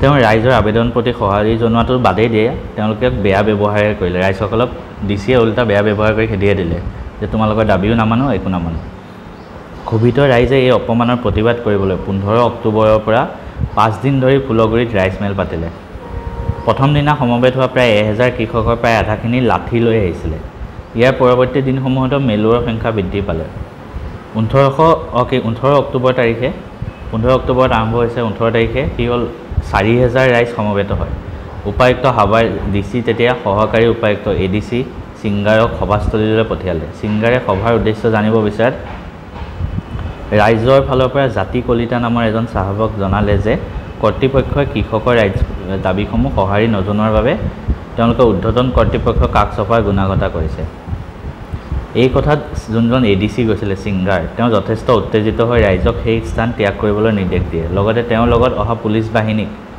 ৰাইজৰ হাতৰ পৰা লাঠিবিলাক কাঢ়ি ল'বলৈ কয় তোমালোকে ঘটনাটো ধুনীয়াকৈ মনত ইমেজিন কৰি থাকা ADC গৈছে মানুহক বুজাই আছে মানুহে লাঠি লৈ আছে ADC ক'লে যে পুলিচক মানুহৰ পৰা লাঠিবিলাক লৈ ল লাঠিৰ পৰা টনা আজৰা কৰি থাকোঁতে তাৰ মাজৰে এজন মানুহে ADC যোনজন সিংগাৰৰ মূৰত লাঠিৰে কোবাই মাটিত বগৰাই দিয়ে কাজিয়া আৰম্ভ হৈ গ'ল আন কৃষকসকলেও সিংগাৰক আক্ৰমণ কৰাত তেওঁ থিতাতে নিহত হয় গতিকে ফুলগুৰি ধাবাত কোনজন ADC কোনজন সহকাৰী উপায়ুক্ত মৃত্যু হৈছিল সিংগাৰ পৰীক্ষাত আহিব পাৰে মনত ৰাখিবা সিংগাৰৰ মৃতদেহটো কলংলৈ দলিয়াই পেলাই দিয়ে সিংগাৰৰ লগত যোৱা পুলিচ বাহিনী ভয়তে পলাই গুচি যায় এই ঘটনাকে ইতিহাসৰ পাতত ফুলগুৰি ধাবা অভিহিত কৰা হয় যে ফুলগুৰি ধাবাৰ বিষয়ে লিখিব আহিলে কি হৈছিলে এখিনি লিখিবা ফুলগুৰি ধাবাত কি হৈছিলে লিখিব আহিলে এখিনি পৰা লিখিবা চমুটুকা লিখিব আহিলে এখিনি লাগে ফুলগুৰি ধাবাৰ পিছত কি হয় এই ঘটনাৰ পিছত বহুতো কৃষকক কৰ্তৃপক্ষই লেফটেনেণ্ট সিংগাৰৰ হত্যাৰ অপৰাধত গ্ৰেপ্তাৰ কৰে হেজাৰজনক ৰহা আৰু ফুলগুৰিত অস্থায়ী কাৰাবাসত ৰাখে বিচাৰত লক্ষ্মণ ডেকা চংবৰ লালুং ৰংবৰ ডেকাক নগাঁও জেলত মৃত্যুদণ্ড দিয়া হয় তো কাক ফুলগুৰি ধাবাৰ ইনচিডেণ্টৰ বাবে মৃত্যুদণ্ড দিয়া হৈছিলে ধুনীয়াকৈ মনত ৰখা মুখস্থ কৰা লক্ষ্মণ ডেকা চংবৰ লালুং আৰু ৰংবৰ ডেকা নগাঁও জেলত মৃত্যুদণ্ড দিয়া হৈ গ'ল গতিকে এইখিনি তোমালোকে ধুনীয়াকৈ লিখি ৰাখিবা নেক্সট পৰীক্ষাত আৰু এটা ইম্পৰ্টেণ্ট আহে ইতিহাসত ফুলগুৰি ধাবাৰ গুৰুত্বৰ বিষয়ে লিখা এইটো ইম্পৰ্টেণ্ট পইণ্ট হয় তো সেইখিনি যেতিয়া লিখিব আহে তোমালোকে এইখিনি লিখিবা ইয়াত যিমানবিলাক আমি এতিয়া পঢ়িম কি পঢ়িম চাবা এইটো ইম্পৰ্টেণ্ট হয় গতিকে ব্ৰড কুৱেশ্যন আহিব লিখিবা যদিও ব্ৰিটিছ কৰ্তৃপক্ষই ফুলগুৰি ধাবাক কানি খোৱা খেতিয়কৰ চৰকাৰৰ আফু খেতি বন্ধকৰণৰ প্ৰতিবাদত কৰা এক সামান্য বিদ্ৰোহ বুলিহে অভিহিত কৰিছিল কিন্তু অসমৰ ইতিহাসত এই বিদ্ৰোহৰ এক সুদূৰ প্ৰসাৰী প্ৰভাৱ দেখা যায় প্ৰথমতেই ফাৰ্ষ্ট পইণ্ট ফুলগুৰি ধাবাৰ কি গুৰুত্ব ফাৰ্ষ্ট পইণ্ট এইটো আহিব ফুলগুৰি কৃষক বিদ্ৰোহত ঘাইকৈ লালুং মানে তিৱা জনজাতি আৰু মাছমৰীয়া সম্প্ৰদায়ৰ আন্তৰিক যোগদানে ইয়াক গণভিত্তি প্ৰদান কৰে কৃষকসকলে অন্যান্য শ্ৰেণীৰ লোকৰ পৰা সমৰ্থন আদায় কৰিবলৈ সক্ষম হয় এইবাৰ মানে সাধাৰণ মানুহবিলাক নামি পৰিছিলে কিয়নো মাটিৰ খাজানা বৃদ্ধিৰ দ্বাৰা ক্ষতিগ্ৰস্ত হোৱা শিক্ষিত আৰু আধ্যৱন্ত অসমীয়া মধ্যবিত্ত শ্ৰেণী ব্যৱসায়ী মৌজাদাৰ কিছুমানে পৰোক্ষভাৱে হ'লেও বিদ্ৰোহীসকলক সহায় সমৰ্থন আগবঢ়ায় তদানীন্তন অসমৰ তেতিয়া কমিশ্যনাৰ হপকিনছনে স্বীকাৰ কৰিছিল যে তেজপুৰৰ দ্বিতীয় লাইট ইনফেণ্ট্ৰিৰ 50জন সৈন্য আৰু গুৱাহাটীৰ 80জন সৈন্য আনি বিদ্ৰোহ দমন নকৰা হ'লে বিদ্ৰোহটো সম্প্ৰসাৰিত হৈ গৈ থাকিলহেঁতেন এই অৱস্থাত ইয়াক দমন কৰাটো কঠিন হ'লহেঁতেন। সামগ্ৰিকভাৱে এই বিদ্ৰোহ সফল হৈছিল বুলি ক'ব পাৰি, কিয়নো বিদ্ৰোহৰ পিছত চৰকাৰে আৰু কেতিয়াও তামোল পাণৰ ওপৰত কৰ নিদিলে। এইটো এটা ইম্পৰ্টেণ্ট পইণ্ট যে লিখিবা, তামোলৰ পাণৰ কৰটো মানে ছেকেণ্ড যিটো দাবী জনাইছিলে সেইটো কেতিয়াও নিদিলে, সেইটো ভাল হ'ল। তো ফাৰ্ষ্ট তোমালোকে ফুলগুৰিৰ তাৰপৰা গুৰুত্ব লিখিব আহিলে এইখিনিৰ পৰা লিখিবা, বহীত চিন দি লোৱা কিতাপত, মই আৰু ছেকেণ্ড টাইম নকওঁ আৰু এইখিনিলৈকে লিখিবা, তাৰপিছত এইখিনিৰ পৰা লিখিবা এইখিনিলৈকে, এইটো ফাৰ্ষ্ট পইণ্ট, ঠিক আছে, ধুনীয়াকৈ চিন দি লোৱা। ছেকেণ্ড পইণ্ট হ'ব এইটো, ফুলগুৰি বিদ্ৰোহ ব্ৰিটিছ সাম্ৰাজ্যবাদৰ কবলৰ পৰা মুক্ত হোৱা সাধাৰণ জনগণৰ প্ৰয়াসৰ এক নিদৰ্শন আছিলে। 1857-58 চনৰ বিদ্ৰোহত অসমৰ আহোমৰ ৰাজতন্ত্ৰৰ অধীনৰ অভিজাত শ্ৰেণীৰ কিছু লোক যিসকলে ব্ৰিটিছৰ শাসনৰ অধীনত আগৰ পৰা বঞ্চিত হৈ আছিলে তেওঁলোকক বিদ্ৰোহত যোগ দিছিলে। ছেকেণ্ড পইণ্ট এইটো। থাৰ্ড পইণ্ট, তিনিটা পইণ্ট আছে, ধুনীয়াকৈ লিখিলে মানে এটা পইণ্টত যিহেতু বেছি বেছি পইণ্ট আছে তো 6 নম্বৰমান কুৱেশ্যন আহিলেও এইটো লিখিব পাৰিবা। তৃতীয়তে থাৰ্ড পইণ্ট কি, ফুলগুৰি কৃষক বিদ্ৰোহে অসমৰ অন্যান্য অঞ্চলৰ কৃষকসকলকো তেওঁলোকৰ দুৰ্দশাৰ কথা সাংগঠনিকভাৱে ভাবিবলৈ অনুপ্ৰেৰণা যোগালে। মানে ফুলগুৰি বিদ্ৰোহে বেলেগকো অনুপ্ৰাণিত কৰিলে, বেলেগ জেগাৰ কৃষকসকলক। ইয়াৰ কিছু বছৰৰ পিছত সেয়েহে দৰং আৰু কামৰূপ জিলাৰ বিভিন্ন অঞ্চলৰ কৃষকে ব্ৰিটিছ চৰকাৰৰ শোষণ তথা বঞ্চনাৰ বিৰুদ্ধে বিদ্ৰোহ ঘোষণা কৰি এক এলানি কৃষক বিদ্ৰোহৰ সূচনা কৰিছিলে। তো বেলেগতো আৰম্ভ হৈ গ'ল।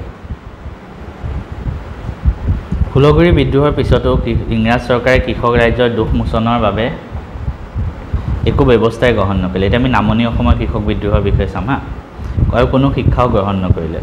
1868-69ত মাটিৰ খাজানা শতকৰা 25ৰ পৰা 50% বৃদ্ধি কৰিলে, যিটো লেণ্ডত টেক্স আছে সেইটো বঢ়াই দিলে। অসমৰ চিফ কমিছনাৰ ৱাৰ্ডে 1892 চনত 100% খাজানা বৃদ্ধি কৰি কঠোৰ হাতেৰে খাজানা সংগ্ৰহৰ ব্যৱস্থা কৰাত কৃষকসকলৰ ধৈৰ্য হেৰাই যায়। 1893 চনৰ ডিচেম্বৰ মাহৰ পৰা আৰম্ভ হোৱা 19বিংশ শতিকাৰ শেষ দশকৰ এই কৃষক বিদ্ৰোহলানি আছাম ৰায়ট নামে খ্যাত হৈছিল। গতিকে আছাম ৰায়ট কেতিয়া আৰম্ভ হৈছিল? 1893ত, এইটো মনত ৰাখিবা। আছাম ৰায়ট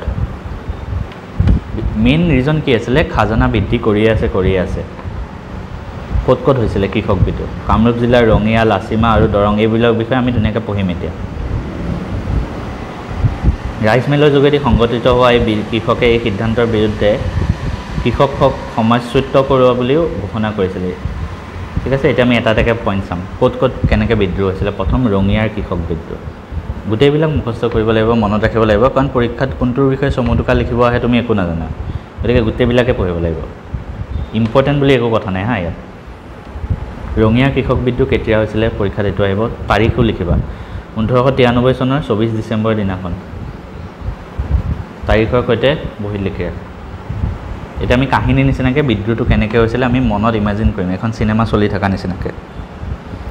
30 ডিচেম্বৰৰ দিনা ৰঙিয়া আৰু তাৰ ওচৰ পাজৰে কেইবাশ কৃষকে ৰঙিয়া আৰু তামোলপুৰৰ তহচিলদাৰ ৰাধানাথ বৰুৱাক কেইবাবাৰো লঘু লাঞ্ছনা কৰাৰ উপৰি ৰঙিয়া হাটৰ ঘৰ দুৱাৰ বিধ্বস্ত কৰি লণ্ডভণ্ড কৰাৰ লগতে মাৰোৱাৰী সুদখোৰ মহাজনৰ হাতত থকা মাটি, বন্ধকী, নথিপত্ৰ লুটপাট কৰিছিলে।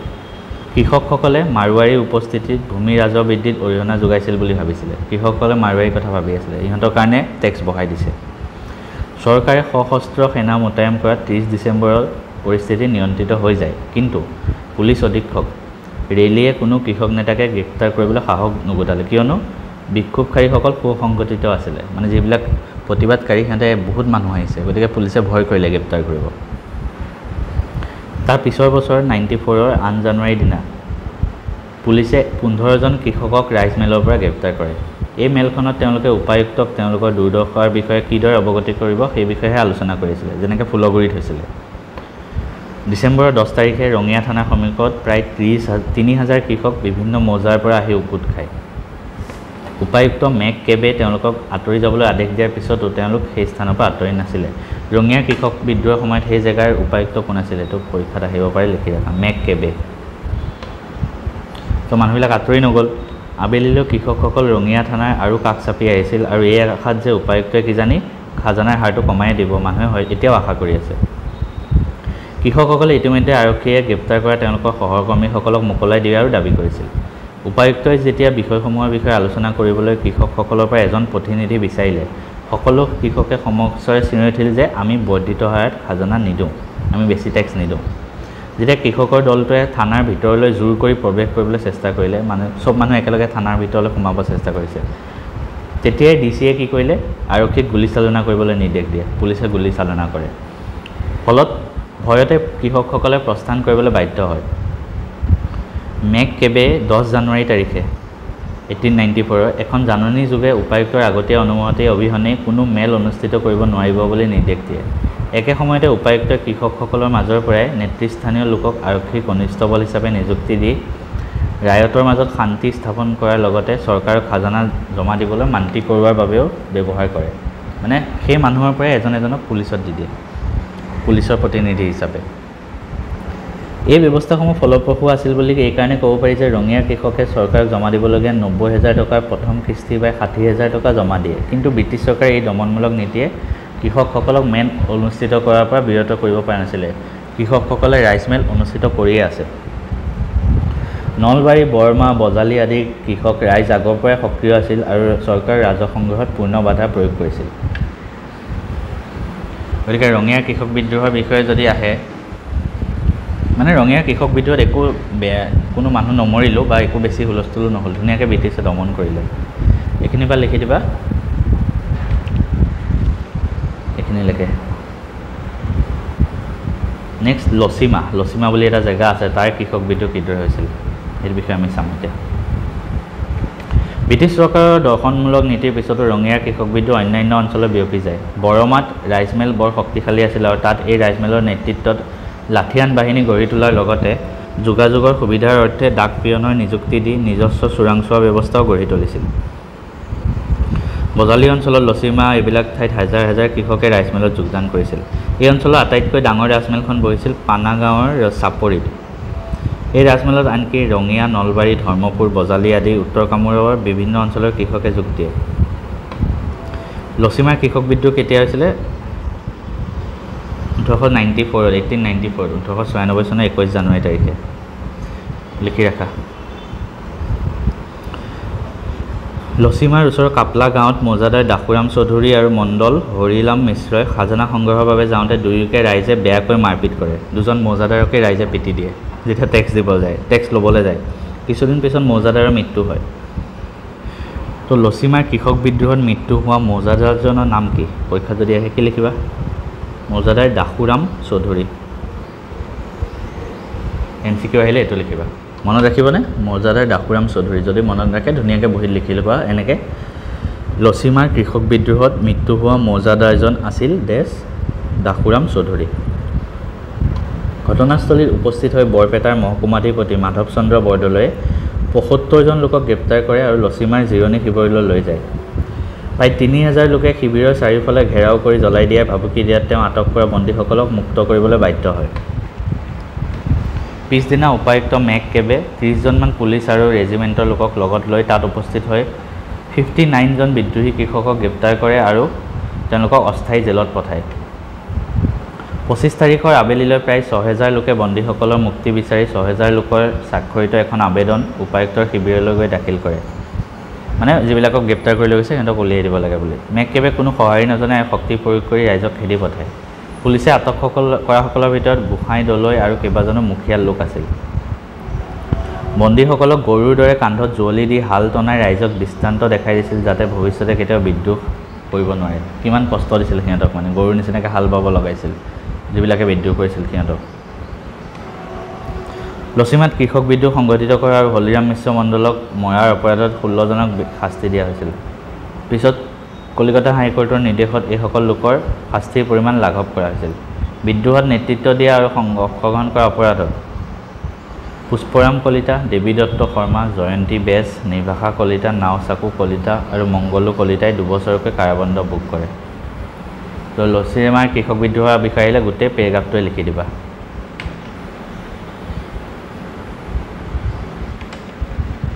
এতিয়া চাম পথৰুঘাটৰ কৃষক বিদ্ৰোহ দৰং জিলাত। এইটো অলপ ইম্পৰ্টেণ্ট হয়, এইটোৰ বিষয়ে পৰীক্ষাত আহিছে আগতে হা।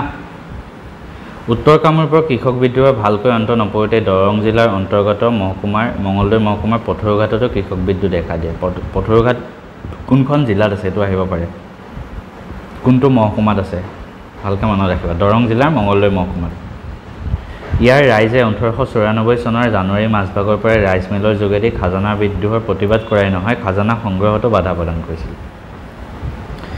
তো কৃষকসকলে নিজ নিজ অঞ্চলত ৰাইচ মিল অনুষ্ঠিত কৰাৰ পিছত পথৰুঘাটত জানুৱাৰী মাহৰ 26 তাৰিখৰ পৰা 28 তাৰিখলৈ এখন 3দিনীয়াকৈ বৃহৎ ৰাইচ মিল অনুষ্ঠিত কৰাৰ সিদ্ধান্ত লয় আৰু তাত গোট খায়। তো পথৰুঘাটৰ কৃষক বিদ্ৰোহ কেতিয়া হৈছিল পৰীক্ষাত এইটো আহে প্ৰায় আহে 1894ত 1894 চনত লিখি ৰাখা চনটোত। সেই অঞ্চলৰ তহচিলদাৰসকলৰ পৰা পথৰুঘাটৰ এই প্ৰস্তাৱিত ৰাইচ মিলৰ প্ৰস্তুতিৰ খবৰ পাই মহকুমাধিপতিয়ে জিলাধিপতি JD এণ্ডাৰছনক সেই বিষয়ে অৱগত কৰে, জিলাৰ অধিপতি। গতিকে তাৰপিছত জিলাধিপতিয়ে কি কৰে, কৃষকৰ সমাৱেশ বন্ধ কৰিবলৈ পুলিচ আৰু সামৰিক বাহিনীৰ এক বিশাল ফৌজ লৈ পুলিচ অধীক্ষক JR বেৰিংটনৰ সৈতে 26 তাৰিখে জানুৱাৰী মাহৰ 26 তাৰিখে 1894ত পথৰুঘাটলৈ যাত্ৰা কৰি 27 তাৰিখে তাত উপস্থিত হয়। তো কি হয় তাৰপিছত চাম পথৰুঘাটৰ কৃষক বিদ্ৰোহ হয় কি। পুলিচ মিলিটাৰীৰ সহায়ত খাজানা নিদিয়া কৃষকৰ সম্পত্তি বাজেয়াপ্ত কৰি অনা কাৰ্যই কৃষকসকলৰ মাজত তীব্ৰ অসন্তুষ্টিৰ সৃষ্টি কৰে। প্ৰায় 200জন লোকে সম্পত্তি ক্ৰোক কৰিবলৈ যোৱা বেৰিংটন চাহাবক আগুৰি ধৰে। কোনোমতে তেওঁ ৰাইজৰ হাতৰ পৰা সাৰি আহি জিৰণি শিবিৰত থকা জিলাধিপতি এণ্ডাৰছনক এই ঘটনাৰ বিষয়ে জনায়। তাৰপিছত 2000 উত্তেজিত কৃষকে জিৰণি শিবিৰৰ ফালে ধাৱমান হয়।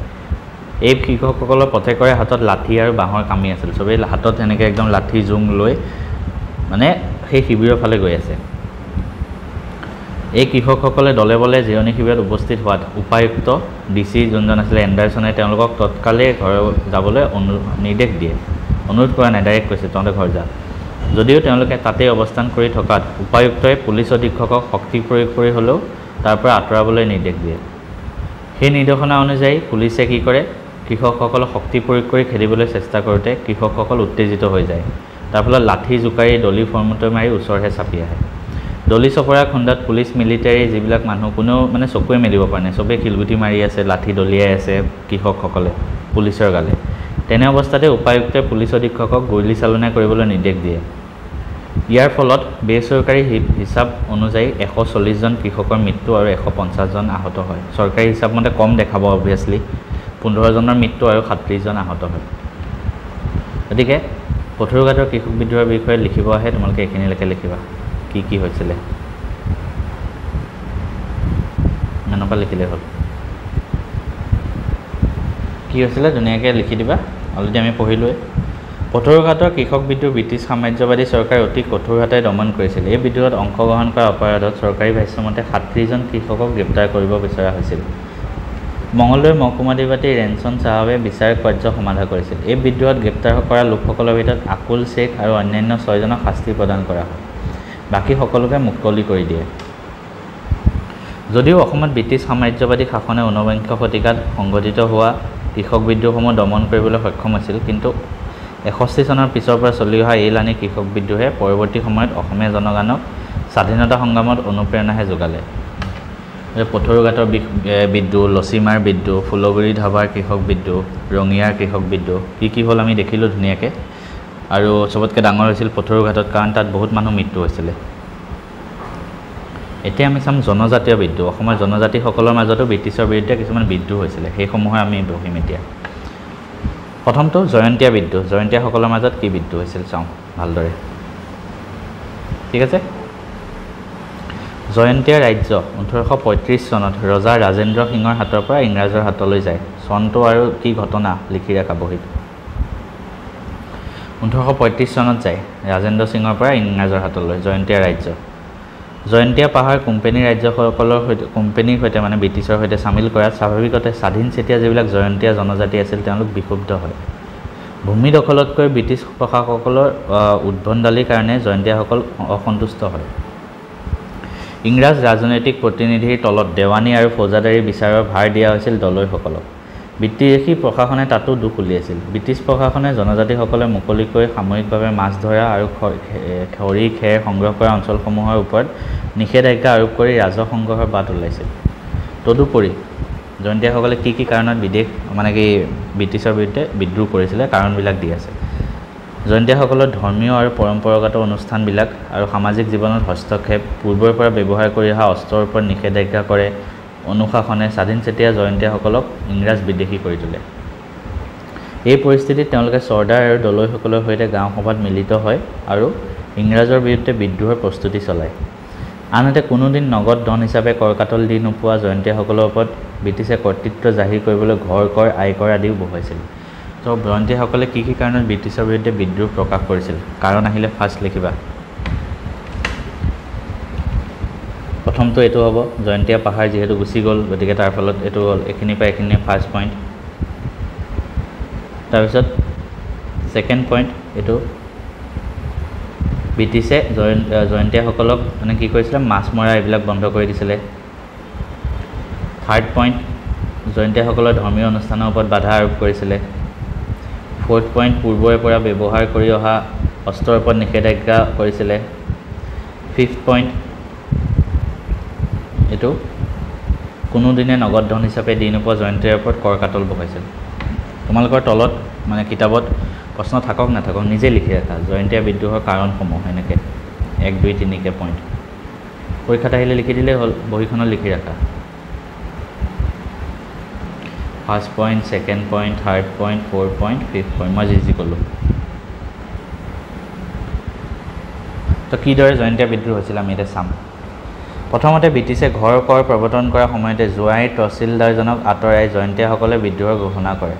এই বাতৰি বিয়পি পৰাৰ লগে লগে জয়ন্তীপুৰ, মোলাগাঁও, জাফলং, চেৰা আদি অঞ্চলতো বিদ্ৰোহৰ আৰম্ভণি হয়। ব্ৰিটিছ প্ৰশাসনে কঠোৰ নীতি গ্ৰহণ কৰাত 1861 চনত উকিয়াং নবাৰ নেতৃত্বত জয়ন্তীয়াসকলে ব্ৰিটিছৰ বিৰুদ্ধে সজোৰে বিদ্ৰোহ ঘোষণা কৰে। তেওঁলোকে জোৱাইৰ ওচৰত এক সভাত মিলিত হৈ জয়ন্তীয়া পাহাৰৰ পৰা ব্ৰিটিছৰ ৰাজনৈতিক কৰ্তৃত্ব উফৰাই তাত জয়ন্তীয়াসকলৰ স্বাধিকাৰ প্ৰতিষ্ঠা কৰাৰ বাবে সীমাবদ্ধ হয়। জয়ন্তীয়াসকলে জয়ন্তীয়া বিদ্ৰোহ কেতিয়া হৈছিলে সেইটো লিখি ৰাখা, 1861ত। 1862 চনত 17 জানুৱাৰী তাৰিখে তেওঁলোকে জোৱাইত থকা ব্ৰিটিছ ছাউনীত অতৰ্কিতে আক্ৰমণ কৰে। বিদ্ৰোহীসকলে জোৱাই, চেৰাপুঞ্জী আৰু চেৰাপুঞ্জী জয়ন্তীপুৰৰ দুয়োটা পথে আগতীয়াকৈ অৱৰোধ কৰে। জয়ন্তীয়াসকলৰ ওপৰত ব্ৰিটিছ চৰকাৰে নিয়োগ কৰা 44 নং দেশীয় পদাতিক আৰু 33 নং বেংগলী মিলিটাৰী পুলিচ বাহিনীৰ লোকে বহুত অত্যাচাৰ কৰে আৰু বিদ্ৰোহীসকলেও বেলেগ লোকক হত্যা কৰে। দুই পক্ষৰ মাজত তীব্ৰ সংঘৰ্ষ হয়। তেতিয়াই কি হয়, ইংৰাজ প্ৰশাসনে eastern commander brigadier general GD চৱাৰ্ছক সমগ্ৰ জয়ন্তীয়া পাহাৰৰ ওপৰত সামৰিক আৰু অসামৰিক কৰ্তৃত্ব প্ৰদান কৰাৰ লগতে BW মৰ্টনক খাচী জয়ন্তীয়া পাহাৰৰ ডেপুটি কমিশ্যনাৰ নিয়োগ কৰিছিল। জয়ন্তীয়া বিদ্ৰোহৰ সময়ত ব্ৰিটিছে কাক কাক নিয়োগ কৰে লিখি ৰাখা। জেনেৰেল GD চৱাৰ্ছক জয়ন্তীয়া পাহাৰৰ সামৰিক আৰু অসামৰিক কৰ্তৃত্ব প্ৰদান কৰে আৰু BW মৰ্টনক খাচী জয়ন্তীয়া পাহাৰৰ ডেপুটি কমিশ্যনাৰ হিচাপে নিয়োগ কৰে। দুইটা পইণ্ট মুখস্থ কৰিবা, বহীত লিখি থোৱা ধুনীয়াকৈ। আনহাতে নেৰানেপেৰা চৰকাৰী আক্ৰমণৰ ফলত জয়ন্তীয়া বিদ্ৰোহীসকলৰ শক্তি ক্ৰমান্বয়ে হ্ৰাস পাই ধৰে। ব্ৰিটিছ চৰকাৰে বিদ্ৰোহীসকলৰ চেষ্টাই আত্মসমৰ্পণ কৰিলে সাধাৰণ ক্ষমা প্ৰদানৰ প্ৰতিশ্ৰুতি দিছিলে আৰু তাৰ ফলত তেওঁলোকৰ নেতা উকিয়াং নবাক কোনো লোকে জীৱন্ত ধৰি ব্ৰিটিছক গতাই দিলে তেওঁক 1000 টকা পুৰস্কাৰ দিব বুলি কয়। অৱশেষত উকিয়াং নবা ব্ৰিটিছৰ হাতত ধৰা পৰে আৰু বহু লোকৰ উপস্থিতিত ব্ৰিটিছে জোৱাইত তেওঁক ফাঁচী কাঠত ওলমায়। জয়ন্তীয়া বিদ্ৰোহৰ মূল নেতাক ফাঁচী কাঠত দিছিলে। কাক ফাঁচী দিয়া হৈছিল? পৰীক্ষাত MCQ আহিব পাৰে। উকিয়াং নবা লিখি ৰাখা। জয়ন্তীয়া বিদ্ৰোহ কেতিয়া শেষ হয়? 1863ত। যি হাইলাইট কৰিছোঁ বহীত লিখিবা, পৰীক্ষাত আহিব ইয়াৰ পৰা। নেক্সট আমি চাম আৰু কেইটা পইণ্ট আছে আমি চাবলৈ চাই লওঁ। উত্তৰ কাছাৰৰ বিদ্ৰোহ, নগা জনগোষ্ঠীৰ বিদ্ৰোহ, মণিপুৰৰ বিদ্ৰোহ, এইকেইটা চালেই আমাৰ হৈ যাব। চোৱা, উত্তৰ কাছাৰৰ বিদ্ৰোহ। ব্ৰিটিছৰ শাসনকালত পাহাৰীয়া জনজাতিৰ বিদ্ৰোহৰ ভিতৰত 19বিংশ শতিকাৰ শেষৰ ফালে সম্বোধন ফাংলোছাৰ নেতৃত্বত উত্তৰ কাছাৰত সংঘটিত হোৱা বিদ্ৰোহ আছিল উল্লেখনীয়। এই বিদ্ৰোহৰ কেন্দ্ৰস্থল আছিল মাইবং। উত্তৰ কাছাৰ বিদ্ৰোহৰ কেন্দ্ৰস্থল কি আছিল? মাইবং। 1881-82 এবছৰ কাল ধৰি এই বিদ্ৰোহ চলিছিল। 1880 চনত ব্ৰিটিছ চৰকাৰে উত্তৰ কাছাৰৰ ওপৰত আংগামী নগাসকলৰ আক্ৰমণ প্ৰতিহত কৰিবলৈ 100 জন কুকি লোকেৰে কুকি বাহিনী এটা গঠন কৰিছিল। লগতে এই অঞ্চলৰ জনজাতিসকলক বশীভূত কৰিবলৈ ব্ৰিটিছ বিষয়া এজনক মকৰল কৰিছিল। এই বিদ্ৰোহত উত্তৰ কাছাৰ যি বিদ্ৰোহ হয়, সম্বোধন ফাংলোছাৰ নেতৃত্বত বিদ্ৰোহ হয়। উত্তৰ কাছাৰ বিদ্ৰোহৰ নেতৃত্ব কোনে লৈছিল? পৰীক্ষাত সেইটো পইণ্ট আহিব পাৰে, লিখি ৰাখা। সম্বোধন ফাংলোছা। নামটো অলপ টান হয় কিন্তু মুখস্থ কৰিবই লাগিব, সেইটো কাৰণে পইণ্ট ৱাইজ লিখি ৰাখা যাতে কিতাপখন বাৰ বাৰ পঢ়ি কনফিউজন হৈ নোযোৱা। এই বিদ্ৰোহত বিদ্ৰোহীসকলে ব্ৰিটিছ চৰকাৰে নিৰ্মাণ কৰা ঘৰ দুৱাৰসমূহ অগ্নিসংযোগ কৰিছিল। গুঞ্জুঙত বিদ্ৰোহীসকলে 2জন ব্ৰিটিছ বিষয়াৰ ভিত্ৰ আৰু এজন পুলিচক হত্যা কৰে। ইয়াৰ পিছত বিদ্ৰোহীসকলে মাইবঙতো চৰকাৰী পক্ষক আক্ৰমণ কৰে। দুয়ো পক্ষৰ মাজৰ তীব্ৰ সংঘৰ্ষৰ ফলত বিদ্ৰোহীও বহুত হত্যা হয়। চৰকাৰী মেজৰ বয়দো গুৰুতৰভাৱে আহত হয় আৰু কিছুদিন পিছত তেওঁৰ মৃত্যু হয়। কিন্তু বিদ্ৰোহৰ নেতা যোনজন সম্বোধন ফাংলোচা কি হ'ল কোনেও নাজানে। উত্তৰ কাছাৰ বিদ্ৰোহৰ বিষয়ে লিখিব আহিলে এইখিনি লিখি দিবা জাষ্ট। নগা জনগোষ্ঠীৰ মাজত কি বিদ্ৰোহ হৈছিল? ব্ৰিটিছৰ ৰাজনৈতিক নিয়ন্ত্ৰণ তথা নগা জনজাতিসকলেও পচন্দ কৰা নাছিল। ফলস্বৰূপে ব্ৰিটিছ অধিকৃত নগা যিবিলাক ৰাজ্য আছে তাতো বিদ্ৰোহ হৈছিল। নগাসকলে 1878 ইমান চনত এজন ব্ৰিটিছ বিষয়া দামান্তক তেওঁৰ নিৰাপত্তাৰক্ষীসহ হত্যা কৰে আৰু স্বাধীনতাৰ প্ৰতি থকা হেঁপাহৰ পৰিচয় দিয়ে। কহিমাতো ব্ৰিটিছে বিদ্ৰোহ কৰে। গতিকে নগাসকলে যি বিদ্ৰোহ হৈছিল তাত কোনজন ব্ৰিটিছ বিষয়াক হত্যা কৰিছিল, কোন চনত হত্যা কৰিছিল এইটো লিখি ৰাখা। চনটো আৰু কাক হত্যা কৰিছিল দুইটা লিখি ৰাখা। নেক্সট আমি চাওঁ মণিপুৰৰ বিদ্ৰোহ। ঠিক আছে, এইটোৱে লাষ্ট পইণ্ট আমাৰ মণিপুৰৰ বিদ্ৰোহৰ বিষয়ে চাম। মণিপুৰ ৰাজ্য অসম প্ৰশাসনৰ বাহিৰত আছিল। ভালেমান বছৰৰ পূৰ্বৰ পৰাই মণিপুৰ ব্ৰিটিছৰ দ্বাৰা আশ্ৰিত আৰু স্বীকৃত দেশী ৰাজ্য হিচাপে বৰ্তি আছিল। মণিপুৰত সিংহাসন লাভৰ বাবে 1890 চনত ৰাজ পৰিয়ালৰ সদস্যসকলৰ মাজত এক গৃহকন্দলৰ সূচনা হয়। এই উত্তৰাধিকাৰী যুদ্ধ যেতিয়া হয় অসমৰ চিফ কমিশ্যনাৰে অনাহকতে তাত হস্তক্ষেপ কৰে। মণিপুৰত গৈ ইংৰাজৰ উপস্থিতিৰ সুবিধা গ্ৰহণ কৰি মণিপুৰৰ যুৱৰাজ কুলচন্দ্ৰই মহাৰাজ সুৰচন্দ্ৰক সিংহাসনচ্যুত কৰি নিজে ৰজা হয়। সুৰচন্দ্ৰই ইংৰাজৰ সহায় কৰিছিল যদিও তেওঁলোকে কুলচন্দ্ৰকহে মণিপুৰৰ ৰজা হিচাপে স্বীকৃতি দিয়ে। তো মণিপুৰৰ ৰজা হিচাপে ব্ৰিটিছে কাক পাতিলে? কুলচন্দ্ৰ। লিখি ৰাখা। কিন্তু তলে তলে চলি থকা ব্ৰিটিছ বিৰোধী বিদ্ৰোহৰ মূল নেতা সেনাপতি টিকেন্দ্ৰজিতক দেশান্তৰিত কৰিবলৈ ব্ৰিটিছ নতুন ৰজা কুলচন্দ্ৰক হেঁচা দিয়ে। কিন্তু দেশৰ স্বাধীনতা ৰক্ষাৰ বাবে কাম কৰা জনপ্ৰিয় নেতা টিকেন্দ্ৰজিতক ব্ৰিটিছৰ কথামতে দেশৰ পৰা আঁতৰাই নিদিয়ে কুলচন্দ্ৰই। সেয়ে অসমৰ চিফ কমিশ্যনাৰ J.W. কুইণ্টন আৰু 4জন ইউৰোপীয় বিষয়াই তেওঁক ধৰিবলৈ নিজেই অহাত স্বাধীনতা প্ৰয়াসী মণিপুৰীসকলে আটাইকেইজনকে হত্যা কৰে। এই ঘটনাৰ প্ৰতিশোধ ল'বলৈ এটা শক্তিশালী সৈন্যবাহিনী মণিপুৰলৈ পঠিওৱা হয়। ইংৰাজৰ বাহিনী বীৰ সেনাপতি টিকেন্দ্ৰজিতক ধৰি লয়। ব্ৰিটিছ বিষয়া হত্যা কৰা, ব্ৰিটিছ শাসনৰ বিৰোধিতা কৰা অপৰাধত টিকেন্দ্ৰজিতক ফাঁচি দিয়া হয়। তো মণিপুৰৰ বিদ্ৰোহত কাক ফাঁচি দিয়া হৈছিল? আহিব টিকেন্দ্ৰজিতক। আৰু ৰজা কুলচন্দ্ৰক কি কৰা হৈছিল? নিৰ্বাসন দণ্ড দিয়া হয়। তাৰ পিছত মণিপুৰ বিদ্ৰোহৰ পিছত ব্ৰিটিছে কাক ৰজা ঘোষণা কৰে? মণিপুৰ কোঁৱৰ নাবালক সুৰচন্দ্ৰক ৰজা ঘোষণা কৰে। এইটো আহিব। বিদ্ৰোহৰ পিছত কাক ঘোষণা কৰে? সুৰচন্দ্ৰ। মণিপুৰে 2.5 লাখ টকা বিদ্ৰোহৰ ক্ষতিপূৰণ ব্ৰিটিছ চৰকাৰক দিয়াৰ উপৰি বছৰি 50,000 টকা প্ৰতিশোধ কৰিব লগা হয়। তো ব্ৰিটিছে মণিপুৰত যি বিদ্ৰোহ হয় তাৰপিছত কি ব্যৱস্থা লয় ইয়াত আছে। 2.5 লাখ টকা এককালীনভাৱে দিয়ে আৰু বছৰে 50,000কৈ দিব লাগিব মানে। গতিকে চেপ্টাৰটো ইমানতে কমপ্লিট হ'ল। অলপ দীঘলীয়া আছিলে, ভিডিঅ'টো দীঘলীয়া আছিলে, উপায় নাই, কিন্তু মই যিমানখিনি পাৰোঁ তোমালোকক পঢ়াই দিলোঁ। বাকী শ্বৰ্ট কুৱেশ্যন বহুত আছে। ঠিক আছে, এইখিনি তোমালোকে শ্বৰ্ট কুৱেশ্যনখিনি মই পঢ়াই যাওঁতে তোমালোকক কৈ গৈছোঁ, এইখিনি তোমালোকে নিজে চোৱা। মই যেতিয়া তোমালোকক MCQ ভিডিঅ' আনিম তাতে আমি ফাৰ্ষ্ট এই শ্বৰ্ট কুৱেশ্যনখিনিও আমি তাতে ডিছকাছ কৰিম, সেইটো চিন্তা কৰিব নালাগে। বাকী এইবিলাক বৰ্ড কুৱেশ্যন বিদ্ৰোহৰ কাৰণ মই তোমালোকক অলৰেডি ক'লোঁ। মণিৰাম দেৱানৰ ভূমিকা ক'লোঁ অলপ আগত। কি কাৰণত ব্যৰ্থ হৈছিল, যিকেইটাক আমি পইণ্ট কৈছিলোঁ, 7টা পইণ্ট আহিছিলে আই থিংক, গোটেইকেইটা লিখিবা। বিদ্ৰোহৰ গুৰুত্ব সম্পৰ্কে লিখিব আহিছে, আমি 4টা পইণ্টত বিদ্ৰোহৰ গুৰুত্ব লিখিছিলোঁ, একেইটাক লিখিবা। ফুলগুৰি ধাবাৰ ওপৰত টোকা আমি ধুনীয়াকৈ পঢ়িলোঁ। উত্তৰ কামৰূপত সংঘটিত হোৱা কৃষক বিদ্ৰোহৰ বিষয়ে সুধিছে। ত' মানে গোটেইবোৰ ৰঙিয়া, লচিমা, পথৰুঘাট, সেইখিনি পথৰুঘাটৰ বিষয়ে লিখিব দিছে। তাত লিখিবা, তাত জয়ন্তীয়া বিদ্ৰোহৰ বিষয়ে আৰু মণিপুৰৰ বিদ্ৰোহৰ বিষয়ে আমি ধুনীয়াকৈ ডিছকাছ কৰি আহিছোঁ গোটেইবোৰ। ত' চেপ্টাৰটো ইমানতে কমপ্লিট হৈ গৈছে। নেক্সট আমি MCQ ভিডিঅ' আনিম আৰু তাতে মই এই শ্বৰ্ট কুৱেশ্যনকেইটাও আমি তাতে ডিছকাছ কৰিম।